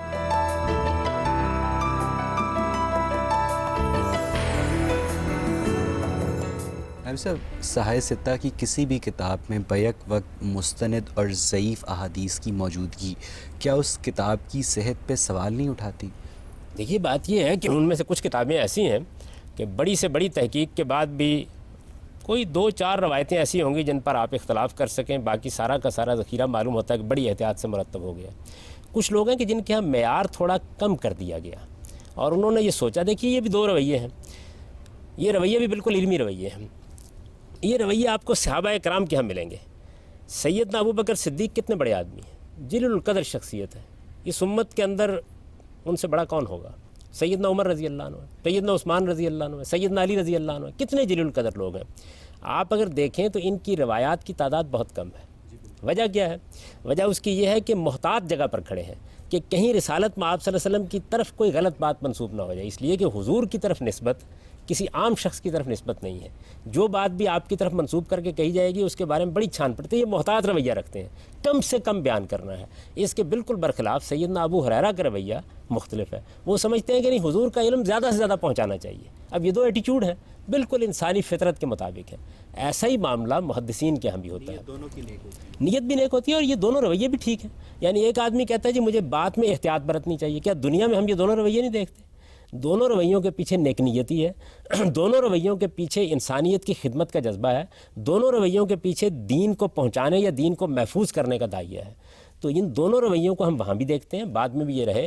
بعض محدثین بہت سخت ہیں، جس طرح کہ امام بخاری کو اصرار ہوتا ہے، مثلا ایک روایت ہے نا، میں آپ سے بیان کر رہا ہوں، اور یہ معلوم ہے کہ ہم ایک زمانے میں پائے جاتے ہیں، میری بھی تاریخ پیدائش معلوم ہے، آپ کی معلوم ہے، وہ اصرار کرتے ہیں اس بات کے اوپر کہ نہیں، ملاقات کا ثبوت ہونا چاہیے، یعنی ہم اسی شہر میں رہتے ہیں تو ملاقات کا ثبوت ہونا چاہیے۔ دوسرے محدثین نہیں مانتے۔ امام مسلم نے اپنی صحیح کے مقدمے میں امام بخاری کی اس بات کے اوپر بعض المنتحلین کہہ کے سخت ترین تبصرہ کیا ہے اور یہ کہا ہے کہ یہ علم حدیث کے اندر ایک بدعت کو داخل کرنا ہے۔ اتنے سخت تبصرے انہوں نے کیے، لیکن اتنی قدر افزائی کے ساتھ، علم کے اتنے احترام کے ساتھ، امام بخاری کی جلالت قدر کو مانتے ہوئے، علم کی خدمت کرتے ہوئے اختلافات کیے جاتے ہیں۔ اس کے نتیجے میں اب ظاہر ہے کہ جس کی ملاقات ثابت نہیں ہے، امام بخاری اس کی روایت نہیں لیں گے نا، امام مسلم لے لیں گے۔ تو یہ جو تھوڑا سا فرق واقع ہوتا ہے، یہ فرق پھر آگے بھی بڑھتا ہے، اور آگے بڑھتا ہے تو مثال کے طور پر ایک آدمی جو ہے، اب میں تینوں معیارات آپ کے سامنے رکھ کے بات کرتا ہوں۔ میں نے یہ دیکھا کہ ایک شخص کے بارے میں تحقیق کرنے کے لیے نکلا، مجھے 4 آدمیوں نے یہ بتایا کہ یہ انتہائی ثقہ آدمی ہے، ہمیں معاملہ پڑا ہے اس کے ساتھ، اس نے کبھی جھوٹ نہیں بولا، یہ بہت دیانتدار آدمی ہے۔ ایک شخص جو گلی کی نکڑ پر کھڑا تھا، اس نے مجھے بلایا اور بلا کے یہ کہا کہ جی میرے ساتھ فلاں اس کا معاملہ ہوا تھا، ان کو اصل میں معاملہ نہیں پڑا اس کے ساتھ، اس نے تو میرے ساتھ فلاں جگہ پہ دھوکہ کیا تھا۔ اب یہ دیکھیے 2 اطلاعات میرے پاس آ گئی ہیں، ان میں فیصلہ کرنا ہوتا ہے کہ میں اس کی بات کو قبول کروں یا ان 4 آدمیوں کی بات کو قبول کروں. اس سے ایک اصول پیدا ہوا کہ جرح مقدم ہے یا تعدیل. تعدیل کا مطلب یہ ہے کہ جن لوگوں نے اس کو سکہ قرار دیا تھا ان کی بات ماننی چاہیے, یا جن لوگوں نے اس کو مجروح قرار دیا اس کی بات ماننی چاہیے. یہ اس نتیجے پر پہنچے کہ جرح کو مقدم کر دیا جائے, یہ اس نتیجے پر پہنچے تعدیل کو مقدم کر دیا جائے. اختلاف ہوگا یا نہیں ہوگا؟ یعنی غالب صاحب ایسی احادیث جو خبر واحدہ ایک ہی اصول ہے لیکن اپلیکیشن میں اختلاف ہو جائے. یعنی غالب صاحب ایسی احادیث جو خبر واحدہ کے ذریعے ہم تک پہنچی ہوں وہ ایسی احادیث سے کم اوتھینٹک ہیں جن کے راویوں کی چین ان بروکن ہے. نہیں دیکھیے, خبر واحد کا مطلب یہ ہوتا ہے کہ جو خبر تواتر کے درجے پر نہیں پہنچی. یہ محدثین کی اصطلاح ہے. اس میں ضروری نہیں ہوتا کہ ایک ہی راوی رہ جائے. خبر واحد ان کی اصطلاح ہے, یعنی وہ تواتر کے درجے پر نہیں پہنچی. 2 بھی ہو سکتے ہیں, 4 بھی ہو سکتے ہیں, 5 بھی ہو سکتے ہیں. یہ اخبار احاد ہے. تمام احادیث اخبار احاد ہی ہیں, اور ان کی اگر کوئی چین ٹوٹ گئی ہے کسی جگہ تو اس کا مطلب ہے کہ وہ تیسری شرط جو ہے, میں نے عرض کیا تھا نا 3 چیزیں ہیں, اس کا کردار دیکھیں گے, اس کا حفظ دیکھیں گے, سمجھ کتنی تھی, فہم کتنا تھا, اور اس کا حافظہ کیسا تھا, اور تیسری چیز اتصال دیکھیں گے. یعنی یہ چین جو ہے, اگر کوئی حدیث کی چین ٹوٹ گئی ہے تو وہ پھر منقطع حدیث ہے, اس کو صحیح حدیث نہیں کہا جاتا. میں اس کی ایک مثال دیتا ہوں آپ کو. کتنی بڑی روایت ہے اور کتنی مشہور روایت ہے, ہر آدمی اس کو بیان کرتا ہے کہ سیدنا معاذ بن جبل کو رسالت میں آپ صلی اللہ علیہ وسلم نے یمن بھیجا, تو ان سے یہ پوچھا کہ اگر تمہیں کوئی مسئلہ پیش آئے گا تو کیا کرو گے؟ انہوں نے کہا قرآن میں دیکھوں گا. اگر قرآن میں نہ ملے, ان کا سنت میں دیکھوں گا. اگر وہاں بھی نہ ملے تو انہوں نے کہا کہ میں پھر اپنی عقل کو استعمال کر کے اجتہد برائی ولا آلو جودا, یعنی میں اپنی رائے اپنی عقل سے کام لے کر اجتہاد کروں گا اور اس میں کوئی کمی اپنی طرف سے نہیں کروں گا. یہ انہوں نے فرمایا. اب یہ روایت دیکھیے کتنی شاندار ہے. تمام لوگ اس سے استدلال کر رہے ہیں. اس روایت کو علماء اصول بیان کر رہے ہیں.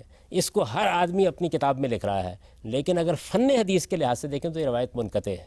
کیوں؟ اس کی چین میں ایک جگہ ایک راوی یہ کہتا ہے کہ ہم نے حضرت معاذ کے ساتھیوں سے یہ بات سنی, ساتھیوں کا نام نہیں لیتا. تو محدثین اب کہتے ہیں کہ نہیں, جب تک ہمیں بتایا نہیں جائے گا پن پوائنٹ کر کے کہ نام کس کا تھا, کون آدمی تھا, ہم تحقیق کیسے کریں گے اس کے بارے میں. تو منقطع روایت ہو گئی. یہ چیزیں ہوتی ہیں جن کی بنیاد کے اوپر بعض اوقات ایک صاحب علم یہ کہتا ہے کہ نہیں اب اس روایت کو بیان بھی نہیں کرنا چاہیے. دوسرا آدمی یہ کہتا ہے کہ نہیں یہ کوئی ایسی بات نہیں ہے, ایسی تنقید نہیں ہے کہ جس کی بنیاد پر روایت کو بیان نہ کیا, مضمون شہادت دے رہا ہے اس لیے کوئی حرج نہیں کہ اس کو بیان کر دیا جائے. میرے خیال میں یہ انسانی ایٹیچیوڈ کے رویے ہر جگہ پائے جاتے ہیں, ہر علم میں پائے جاتے ہیں. ان چیزوں کو ہم کیوں اتنا بڑا مسئلہ بناتے ہیں؟ مسئلہ میں بتاؤں آپ کو کب بنتا ہے؟ اس وقت بنتا ہے کہ جب ہم چیزوں کی پلیسمنٹ غلط کرتے ہیں. اگر آپ قرآن کو قرآن کی جگہ رکھیں ہیں, سنت کو سنت کی جگہ رکھیں, حدیث اور سنت کے فرق کو اچھی طرح سمجھ لیں, یہ جان لیں کہ مستقل بذات دین سارا کا سارا قرآن و سنت میں بیان ہوا ہے, وہ اجماع اور تواتر سے منتقل ہوا ہے. یہ معلوم کر لیں کہ اخبار احاد میں اصل میں مستقل بذات دین بیان نہیں ہوا, تفہیم و تبیین بیان ہوئی ہے, حضور کا اسوہ بیان ہوا ہے, آپ کی سیرت و سوانح بیان ہوئی ہے. یہ باتیں اگر آپ تنقید کے ساتھ جان لیں, یہ سوالات ہی پیدا نہ ہوں جیسے پیدا ہو رہے ہیں. احادیث کا اگر ٹوٹل والیوم دیکھیں جو کہ رسول صلی اللہ علیہ وسلم سے منسوب کیا جاتا ہے, تو بعض ریسرچرز کے نزدیک وہ ان کی زندگی کو 3 گنا کرنے کے مترادف ہے. آپ اس بارے میں کیا کہیں گے؟ دیکھیے جی, بات یہ ہے کہ جو سب سے بڑا مجموعہ ہے وہ مجموعہ اس وقت مسند احمد بن حنبل کی صورت میں ہمارے پاس موجود ہے. تو اس کے ہاں جو روایتیں لوگوں نے گنی ہیں وہ زیادہ سے زیادہ تعداد اس کی کوئی 45-46 ہزار کے قریب پہنچتی ہے. تو یہ 45-46 ہزار جو فکریں ہیں, ان فکروں کو کہنے کے لیے کتنی عمر چاہیے؟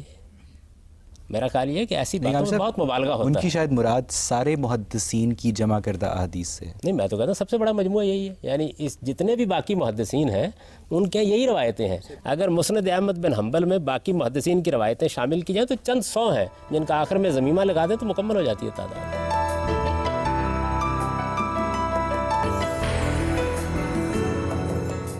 جی, آپ کا سوال. آپ نے فرمایا کہ جو فرقے پیدا ہوئے ہیں اسلام میں وہ ہمارے رویے سے پیدا ہوئے ہیں, اور وہ رویے ہمارے جو پیدا ہوئے ہیں وہ ایک چیز کو مختلف طریقے سے سمجھنے کے ذریعے سے پیدا ہوئے ہیں. ایک لوگ کچھ کہتے ہیں, ایک لوگ کچھ کہتے ہیں. مثال کے طور پہ کچھ لوگ کہتے ہیں کہ عیسیٰ علیہ الصلوۃ والسلام جو ہیں وہ فوت ہو گئے ہیں, کچھ کہتے ہیں کہ وہ دوبارہ آسمان سے نیچے آئیں گے. تو آپ مجھے بتائیں کہ یہ تو وہی چیز ہوگی نا کہ ایک چیز کو 2 طریقے سے سمجھنے کی بات, اور اسی چیز پہ لڑائی جھگڑا شروع ہو رہا ہے. اختلافات فرقہ بندی اس وقت بنتے ہیں جب ہمارے رویے میں خرابی ہوتی ہے.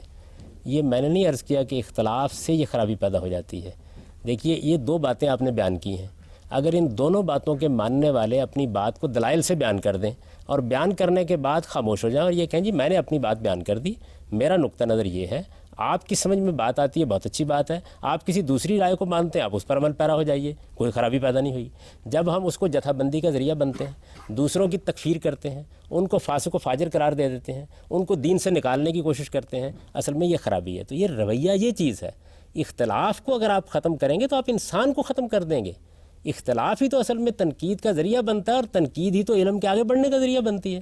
یعنی اگر اختلاف نہ کیا جاتا، ارسطو سے اگر نیوٹن اختلاف نہ کرتا اور نیوٹن سے اگر آئنسٹائن اختلاف نہ کرتا تو آپ یہاں بیٹھے ہوتے آج. یہ اختلاف ہے جس کے نتیجے میں علم آگے بڑھتا ہے. اختلاف خرابی کا باعث نہیں بنتا. خرابی معلوم ہے کیا تھی؟ خرابی یہ تھی کہ ایک سائنسدان اور محقق نے یہ توجہ دلائی، یہ جو آپ عرصے سے مان رہے تھے نا کہ سورج زمین کے گرد گھومتا ہے، یہ بات ٹھیک نہیں ہے. یعنی پوری دنیا مان رہی تھی نا اس بات کو. اس نے یہ کہا نہیں، شواہد ایسے مل رہے ہیں جس سے معلوم ہوتا ہے کہ زمین سورج کے گرد گھومتی ہے. آپ اس کی اس بات پہ تنقید کرتے، آپ اس کے اوپر علمی مناظرہ کر لیتے، آپ اس کے اوپر کتاب لکھ ڈالتے. آپ نے کیا کیا؟ آپ کو معلوم ہے تاریخ میں کیا ہوا؟ اس شخص کو کٹہرے میں کھڑا کیا گیا، چرچ کے بڑے بڑے زعماء بیٹھے، اس کے خلاف ایک پوری عدالت لگائی گئی، اور پھر اس کے بعد اس کے لیے سزا سنائی گئی کہ تم نے یہ بات کیوں کہی ہے. اور وہ یہ کہتا ہوا یہ رخصت ہو گیا کہ میں اپنی بات کا انکار کرتا ہوں سزا کی وجہ سے، لیکن بہرحال میرے انکار کرنے سے زمین سورج کے گرد گھومنا بند نہیں کرے گی. وہ تو ایک دنیاوی یہ رویہ تھا، یہ چرچ کا وہ رویہ تھا جس نے وہ بدترین نتیجہ پیدا کیا. یہ رویہ اگر نہ اختیار کیا جاتا تو کچھ بھی نہ ہوتا. نہیں، یہ دنیاوی مسئلہ ہے جس کی آپ بات کر رہے ہیں، لیکن مذہب میں تو یہ ہے کہ ایک رسی کو آپ سب مل کے تھام لو تو آپ فلاح پا جاؤ گے. اب اس ایک رسی کا کون ڈیسائیڈ کرے گا؟ وہ رسی قرآن ہے. قرآن ہے، لیکن رسالت مآب صلی اللہ علیہ وسلم نے اس کو ڈیسائیڈ کر دیا. حضور نے فرمایا یہ قرآن ہے، حبل اللہ الممدود من السماء الی الارض، یہ زمین سے آسمان تک اللہ کی تانی ہوئی رسی ہے، اس کو مضبوطی کے ساتھ پکڑ لو، اس کو مضبوطی کے ساتھ پکڑ لیں. دیکھیے اس سب چیزوں کے بارے میں حضور نے کتنی ہدایت فرمائی. قرآن دیا، کہا اس کو مضبوطی کے ساتھ پکڑو، یہ اللہ کی رسی ہے. اس کے بعد لوگوں نے فرقہ بندی کا جب آپ نے ذکر کیا کہ پیدا ہوگی، لوگ اختلافات کو فرقے بنائیں گے، بنی اسرائیل کی سی روش تمہارے اندر پیدا ہوگی. لوگوں نے پوچھا کہ اس موقع کے اوپر ہم کیا کریں، فیصلہ کیسے کریں؟ آپ نے فرمایا بہت آسان حل بتاتا ہوں، ما انا علیہ و اصحابی، میں اور میرے صحابہ جس طریقے پر ہیں اس طریقے کی پیروی کرنا. ہم اصل میں اس رویے کو اختیار نہیں کرتے. کیا کرتے ہیں؟ جو بات ہم نے سمجھ لی ہے، جس بات کو ہم نے اختیار کر لیا ہے، جو ہمارے پسند کے چند علماء کی رائے ہے، جو ہمارے اہل علم کہتے ہیں، اس کے بارے میں کچھ سننے کے لیے تیار نہیں ہوتے. یہ نہ سننا، یہ دوسرے کی بات کو صرف جواب دینے کے لیے سننا، یہ اس کے استدلال پر غور کرنے سے انکار کر دینا، یہ اپنے سے مختلف. میں آپ کو اپنا تجربہ بتاتا ہوں. یعنی مجھے زندگی بھر علم کا راستہ کہاں سے کھلا ہے؟ جب میں نے اپنے سے مختلف کسی بات کو توجہ کے ساتھ سنا ہے. ہم سننے کے لیے تیار نہیں ہوتے. تو یہ رویہ ہے جس کو میں نے رویہ کہا ہے. اختلاف تو خدا کے لیے ہونے دیجئے. اگر اختلاف ختم ہو گیا تو اس کے نتیجے میں تو دنیا ایک بند گلی میں کھڑی ہو جائے گی جا کے. علم آگے نہیں بڑھے گا. کیوں؟ میں اگر فرض کر لیجئے کہ قرآن مجید کی ایک بات آپ نے سمجھی ہے اور میں محسوس کرتا ہوں کہ آپ نے غلط سمجھی ہے، تو مجھے یہ حق نہیں حاصل ہونا چاہیے کہ میں یہ کہوں کہ دیکھیے آپ نے قرآن مجید کے سیاق کو نہیں دیکھا، سباق کو نہیں دیکھا، آپ نے غلط بات سمجھ لی. مجھے کہنا کیسے چاہیے؟ شائستگی کے ساتھ، میوچل ریسپیکٹ کے انداز میں، باہمی احترام کے ساتھ، ایک دوسرے کو مان کر، ایک دوسرے کی زندگی کی ضمانت دے کر. ہمارے ہاں تو اختلاف میں کسی کے لیے اب زندہ رہنا مشکل ہو گیا ہے. یہ ایٹیچیوڈ ہے، اس کا تعلق علمی اختلاف سے نہیں ہے. غامی صاحب آپ نے کہا کہ قرآن مجید تمام مسلمانوں کے لیے رسی ہے، تو غامی صاحب اب جب قرآن مجید کی تفسیر کے اوپر، اس کی تشریح کے اوپر مسلمانوں میں اتنا زیادہ اختلاف ہے، یہاں تک کہ جو عربک اسپیکنگ کنٹریز ہیں ان میں بھی عربی زبان کے سمجھنے کے اوپر اتنا زیادہ اختلاف ہے، تو پھر مسلمانوں میں وہ اتحاد انتشار میں تبدیل ہو جاتا ہے. دیکھیے میں آپ سے عرض کروں کہ یہ بھی اصل میں سنی سنائی بات ہے. کس معاملے میں اختلاف ہے؟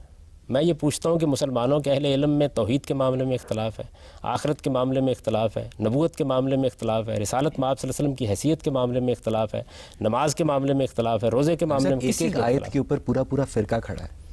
جن چیزوں پر فرقے کھڑے ہیں میں عرض کر چکا ہوں کہ اس کی وجہ در حقیقت انسانوں کے رویوں کی خرابی ہے، اور اس میں زیادہ تر وہ لوگ مبتلا ہوتے ہیں جن کے پاس اچھا علم نہیں ہوتا. دیکھیے کائنات خدا کی بنائی ہوئی ہے، قرآن خدا کا کلام ہے. آپ خدا کی بنائی ہوئی کائنات پر غور کا دروازہ کھولتے ہیں تو اس کے نتیجے میں عظیم سائنسی اکتشافات ہوتے ہیں. دنیا کے اندر ایک تہذیب وجود میں آتی ہے اور وہ کچھ آپ کو ملتا ہے جس کا آج سے 200 سال پہلے کا انسان تصور نہیں کر سکتا تھا. خدا کے کلام کے بارے میں بھی اگر آپ غور و فکر کا دروازہ کھلا رکھتے ہیں، نئی نئی جہتیں سامنے آتی ہیں، آپ اس سے حظ اٹھاتے ہیں۔ قرآن کی دو جہتیں ہیں، ایک اس کی جہت وہ ہے جس میں وہ دین بیان کرتا ہے عام آدمی کے لیے، بالکل واضح، اس میں ادنا درجے کا ابہام نہیں، کوئی اختلاف بھی نہیں ہے۔ ایک وہ جگہ ہوتی ہے جو اہل علم کو سیراب کرنے کے لیے ہوتی ہے، اس میں تو اصل چیز ہی یہ ہے کہ اتنی گہرائی ہوتی ہے بعض اوقات کہ مختلف شیڈز جب سامنے آتے ہیں تو آدمی محسوس کرتا ہے کہ جائیں جاست، یہی تو وہ کلام ہے کہ کرشمہ دامن دل می کشد کے جائیں جاست۔ ایسا اب صحیح بخاری کی ایک یہ بھی حدیث ہے کہ ہم نے قرآن مجید کو 7 حروف یعنی 7 ڈائلیکٹس میں نازل کیا، تو میں جس میں آسانی ہو پڑھو، تو ویسا پھر کیوں حضرت عثمان نے 6 ڈائلیکٹس کو منسوخ کر کے صرف ایک کو برقرار رکھا؟ یہ بات یہ ہے کہ یہ جو سیدنا عثمان نے کیا کیا، سیدنا ابوبکر صدیق نے کیا کیا، میں آپ کو یہ بتاتا ہوں کہ یہ روایت ایک شخص کی روایت ہے، اور اس ایک شخص کی روایت کی وجہ سے اس کی کوئی حیثیت نہیں ہے۔ قرآن مجید مسلمانوں کے اجماع اور تواتر سے منتقل ہوا ہے۔ قرآن مجید رسالت بآب صلی اللہ علیہ وسلم نے صحابہ کرام کو دیا ہے، صحابہ کرام نے یہ قرآن بغیر کسی ادنیٰ اختلاف کے اگلی نسلوں کو منتقل کیا ہے۔ اس معاملے میں جتنی اس طرح کی چیزیں بھی بیان کی جاتی ہیں، یہ ایک آدمی نے کوئی بات بیان کر دی، اس کی تنقید کر کے دیکھنا چاہیے کہ اس کی نوعیت کیا ہے۔ اس روایت کے اوپر تو 10 اعتراضات پیدا ہوتے ہیں۔ میں نے اپنی کتاب میزان کے مقدمے میں اس روایت پہ تبصرہ کیا ہے اور یہ بتایا ہے کہ اس روایت کے بارے میں تو اتنے سوالات پیدا ہوتے ہیں کہ آپ اندازہ نہیں کر سکتے اس بات کا۔ تو اس طرح کی چیزوں کی بنیاد پر قرآن مجید کی اوتھینٹسٹی، قرآن مجید کا استناد، یہ موضوع ہی نہیں بننا چاہیے۔ قرآن مجید 7 حروف پر نازل ہوا ہے، آج تک کوئی اس بات کا مطلب نہیں سمجھا سکا۔ امام سیوطی نے اس روایت کو نقل کیا ہے اور تنویر الحوالک میں یہ کہا ہے کہ اس کو متشابہات میں سمجھ لینا چاہیے۔ تو جس چیز کا مطلب ہی کسی شخص کی سمجھ میں نہیں آ سکا، سوال یہ ہے کہ اس کو موضوع بنا کے قرآن جیسی کتاب پر تبصرہ کیوں کیا جائے؟ قرآن واضح ہے، قرآن بین ہے، قرآن مجید ہمیں جس طرح رسالت مآب صلی اللہ علیہ وسلم نے دیا اسی طرح ہمارے پاس موجود ہے، اور اسی حرف پر ہے، اسی قرات پر ہے۔ اس کو قرات عامہ کہا جاتا ہے، پوری مسلمان امت کو اس کے اوپر پڑھ رہی ہے۔ یہ قرآن مجید تو ایسی چیز ہے کہ آپ یہ دیکھیں کہ اس وقت بھی یہ صورتحال ہے، اس عہد زوال میں بھی، کہ رمضان کے مہینے میں ایک آدمی مسجد میں پڑھ رہا ہوتا ہے اور ہر مسجد میں پڑھ رہا ہوتا ہے اور 2 پیچھے تصحیح کر رہے ہوتے ہیں۔ تو یہ اس کا محتاج ہے کہ اس کو کسی شخص سے جا کے آپ نے لینا ہے۔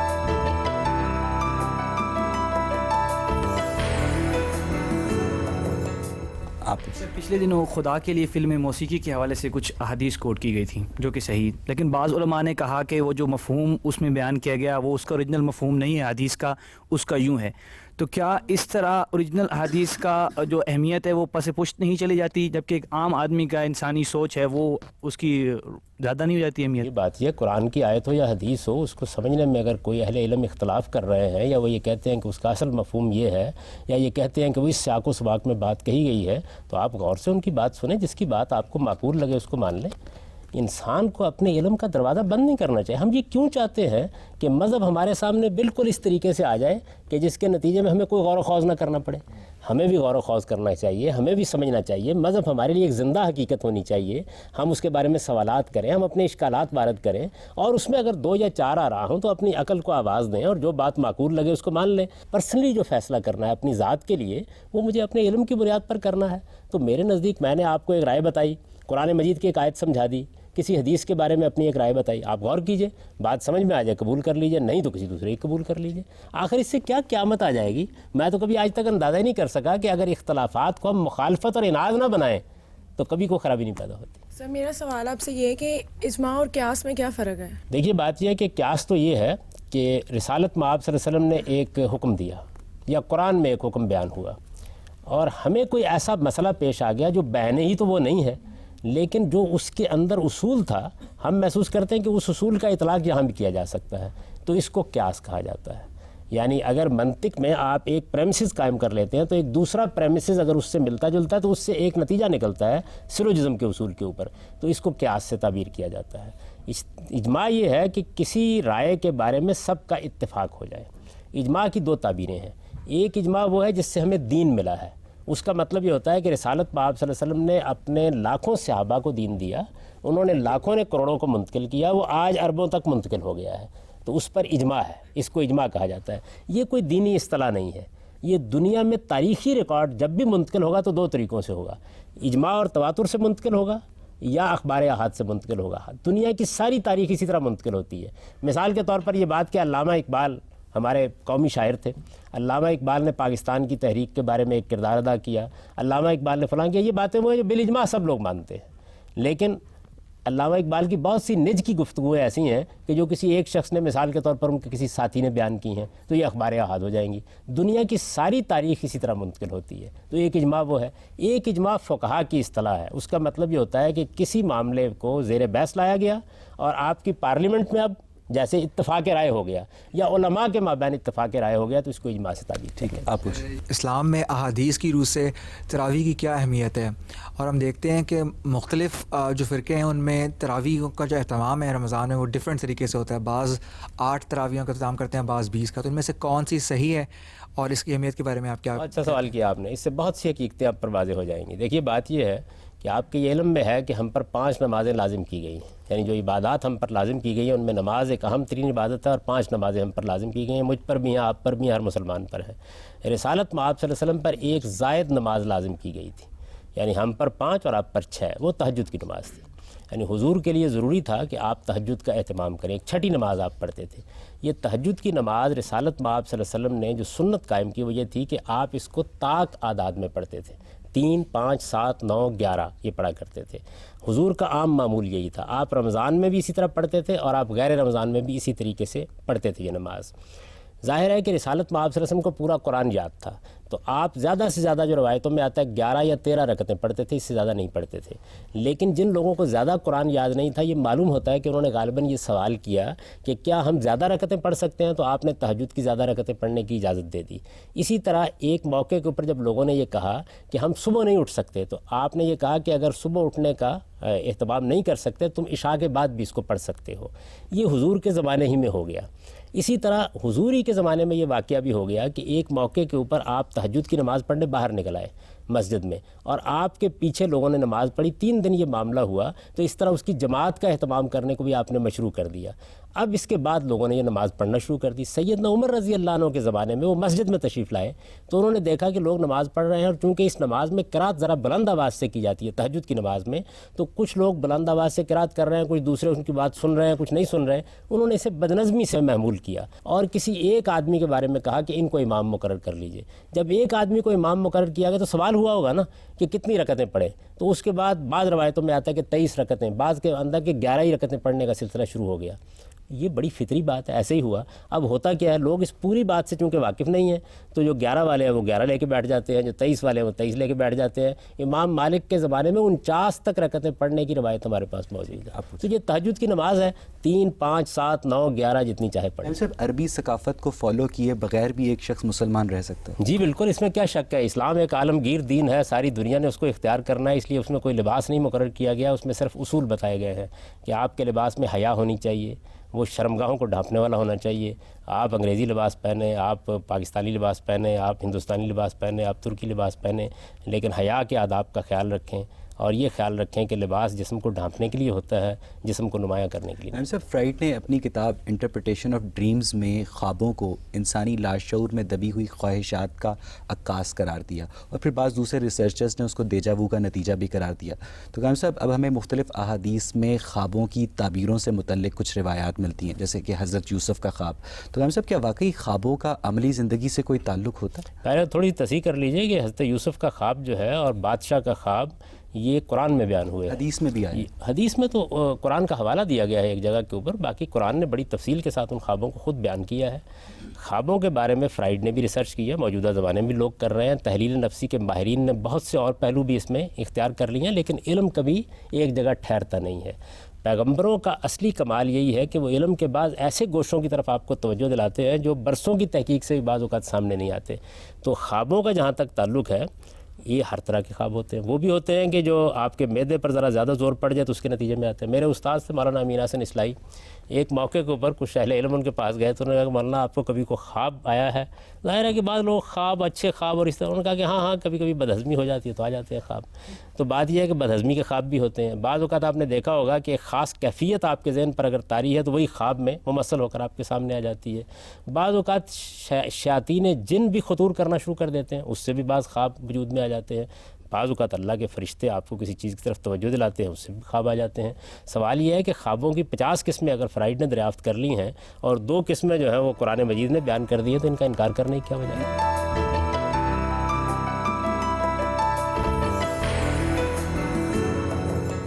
خالد صاحب خوابوں کا عملی زندگی سے تعلق ہوتا ہے؟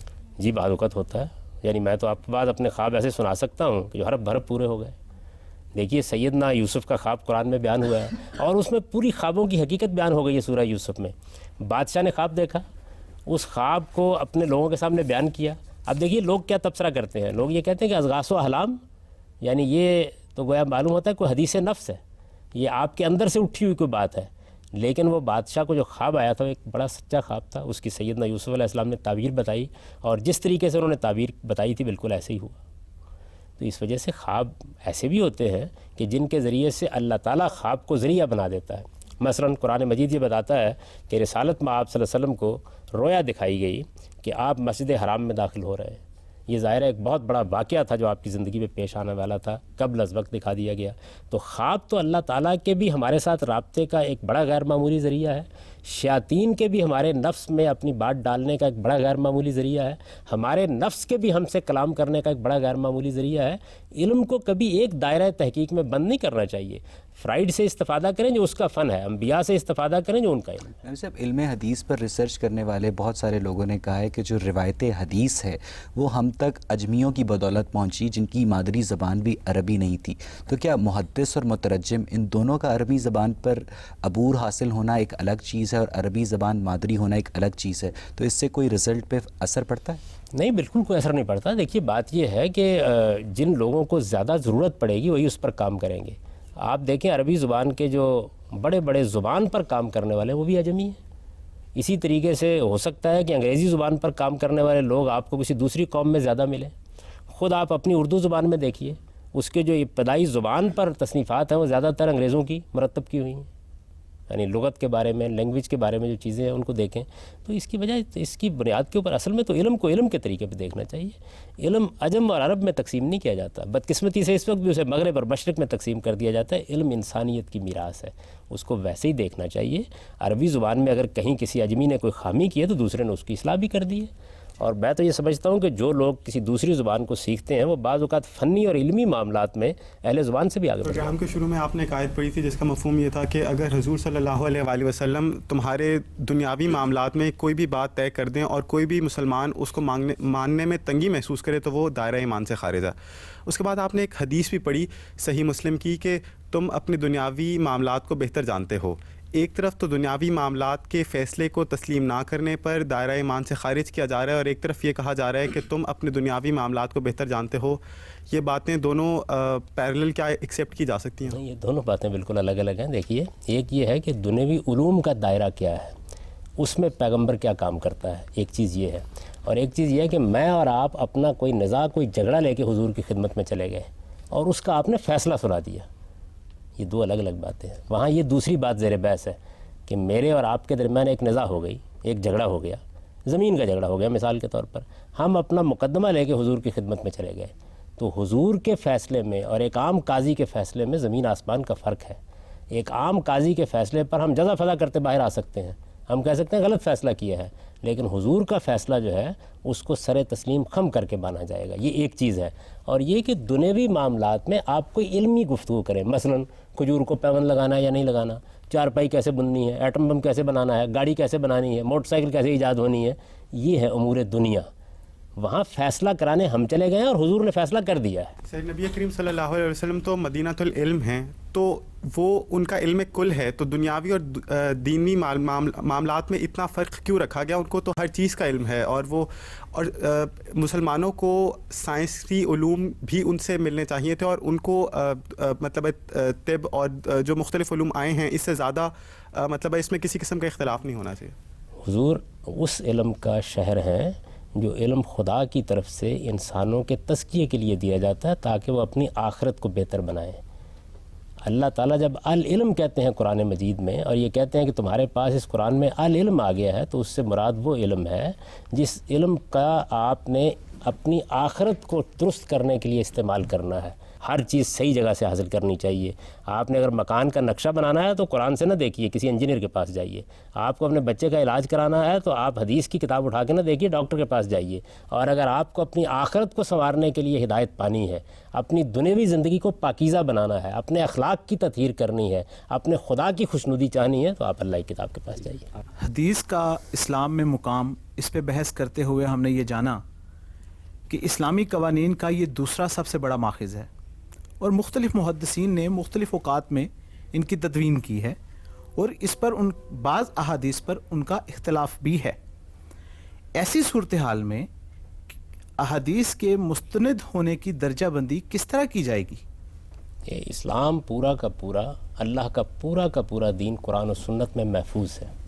حدیثوں میں اس کی تفہیم اور تبیین ہوتی ہے, اس پر حضور کے عمل کا بیان ہوتا ہے, آپ کی سیرت و سوانح ہوتی ہے. پہلے تو اس فرق کو بہت اچھی طرح ذہن نشین کر لیجئے.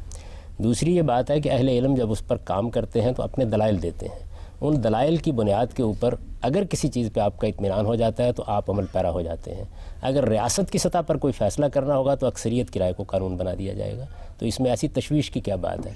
علمی اختلافات ہوں گے, ان کو اس طریقے سے طے کر لیا جائے گا. سر میرا سوال یہ ہے کہ آج جب مسلم امہ انتشار کا شکار ہے تو ایسی صورتحال میں حدیث کا کیا کردار ہوگا؟ یہ بات یہ ہے کہ انتشار, میں نے اس سے پہلے بھی عرض کیا ہے کہ غلط رویوں سے پیدا ہوتا ہے, جہالت سے پیدا ہوتا ہے, چیزوں کو علمی زاویے سے نہ دیکھنے سے پیدا ہوتا ہے. ہمیں اپنی قوم کی تعمیر کا کام کرنا چاہیے. قرآن بھی کوئی کردار اس وقت تک ادا نہیں کر سکتا جب تک آپ لوگوں کو اس قابل نہیں کر دیتے کہ وہ علمی رویہ اختیار کر کے قرآن کا مطالعہ کریں. قرآن گھروں میں موجود ہے, ہر گھر میں موجود ہے. قرآن کا جو کردار ہے وہ یہ ہونا چاہیے تھا نا کہ لوگوں کے دل دہل جاتے, وہ آخرت کے ساتھ زندگی بسر کرتے, وہ خدا کے حضور پیشی کے احساس کے ساتھ جیتے. قرآن اس کی منادی کرتا ہے. ایسا نہیں ہو رہا. وجہ کیا ہے؟ وجہ اس کا یہ ہے کہ ہم نے اپنی قوم کی کبھی علمی تربیت نہیں کی. یہ اصل میں علمی تربیت کا نہ ہونا ہے جس کی وجہ سے ہم تحقیق کرنا پسند نہیں کرتے, کسی چیز کو اندر اتر کر نہیں دیکھتے, بہت ظاہری باتوں کی بنیاد پر آراء قائم کرتے ہیں, تضادات ڈھونڈنے کے لیے نکلتے ہیں, توفیق تلاش کرنے کے لیے نہیں نکلتے. یہ ذہنیت ہے جس ذہنیت نے ہمیں بربادی کے آخری کنارے تک پہنچا دیا ہے. اس کو اصلاح کرنے کی ضرورت ہے. جب یہ اصلاح ہو جائے گی تو قرآن بھی اپنا کردار ادا کرے گا, حدیث بھی اپنا کردار ادا کرے گی, باقی علوم بھی اپنا کردار ادا کریں گے. اس وقت تو دیکھیں سائنس بھی اپنا کردار نہیں ادا کر رہی ہمارے معاشرے میں. اس کی وجہ یہ ہے کہ ہمارا سائنسی ذہن ہی نہیں ہے. یعنی صرف سائنس پڑھا دینے سے کچھ نہیں ہوتا, ایک سائنسی ذہن بنانا پڑتا ہے. چیزوں کو کیسے آپ دیکھیں گے, تو مذہب کے معاملے میں بھی ایک سائنسی ذہن بنانے کی ضرورت ہے کہ آپ چیزوں کو دیکھیں گے کیسے, اور کسی چیز میں اختلاف ہو جائے گا تو اختلاف کو بیان کیسے کریں گے. اس کے اوپر پوسٹر چھاپیں گے, ہنگامہ کریں گے, احتجاج کریں گے, الزام لگائیں گے, بہتان تراشیں گے, جھوٹ بولیں گے, یہ کریں گے اس کے اوپر, یا سنجیدہ علمی گفتگو کریں گے, تہذیب کے ساتھ بات کریں گے, دوسرے کی بات سنیں گے, اچھے طریقے سے بات پہنچائیں گے. کسی کا موقف اگر طے کرنا ہو تو 1000 بار دیکھیں گے کہ اس کی بات کیا اور کیا نہیں ہے. اور یہ وہ چیز ہے کہ جس نے ہمیں بربادی اور پستی کے آخری مقام تک پہنچا دی. ناظرین, آج کی گفتگو کے ذریعے ہم نے حدیث سے وابستہ مسلمانوں کے ذہنوں میں راسخ کچھ عمومی غلط فہمیاں دور کرنے کی کوشش کی. ہم نے جانا کہ کسی بھی حدیث کو مستند سمجھ کر منوعن تسلیم کرنے کے لیے ضروری ہے کہ اس کے راوی قابل اعتماد ہوں, اس کا متن قرآن مجید کے مفہوم سے اختلاف نہ رکھتا ہو, محدث اور مترجم کو عربی زبان پہ کامل عبور حاصل ہو, اور زیر نظر حدیث اسلام کے عمومی مزاج سے لگا کھاتی ہو. اور پھر اسلامی قوانین کی تشکیل میں مستند احادیث کی اہمیت سے صرف نظر کیے بغیر قرآن و سنت کو مقدم رکھنے سے مسلمانوں کے تمام مکاتب فکر کے مابین ہم آہنگی کو زیادہ بہتر طریقے سے فروغ بھی دیا جا سکتا ہے. اس کے ساتھ ہی اپنے میزبان اویس اقبال اور پروگرام غامدی کی پوری ٹیم کو اجازت دیجیے. خدا حافظ.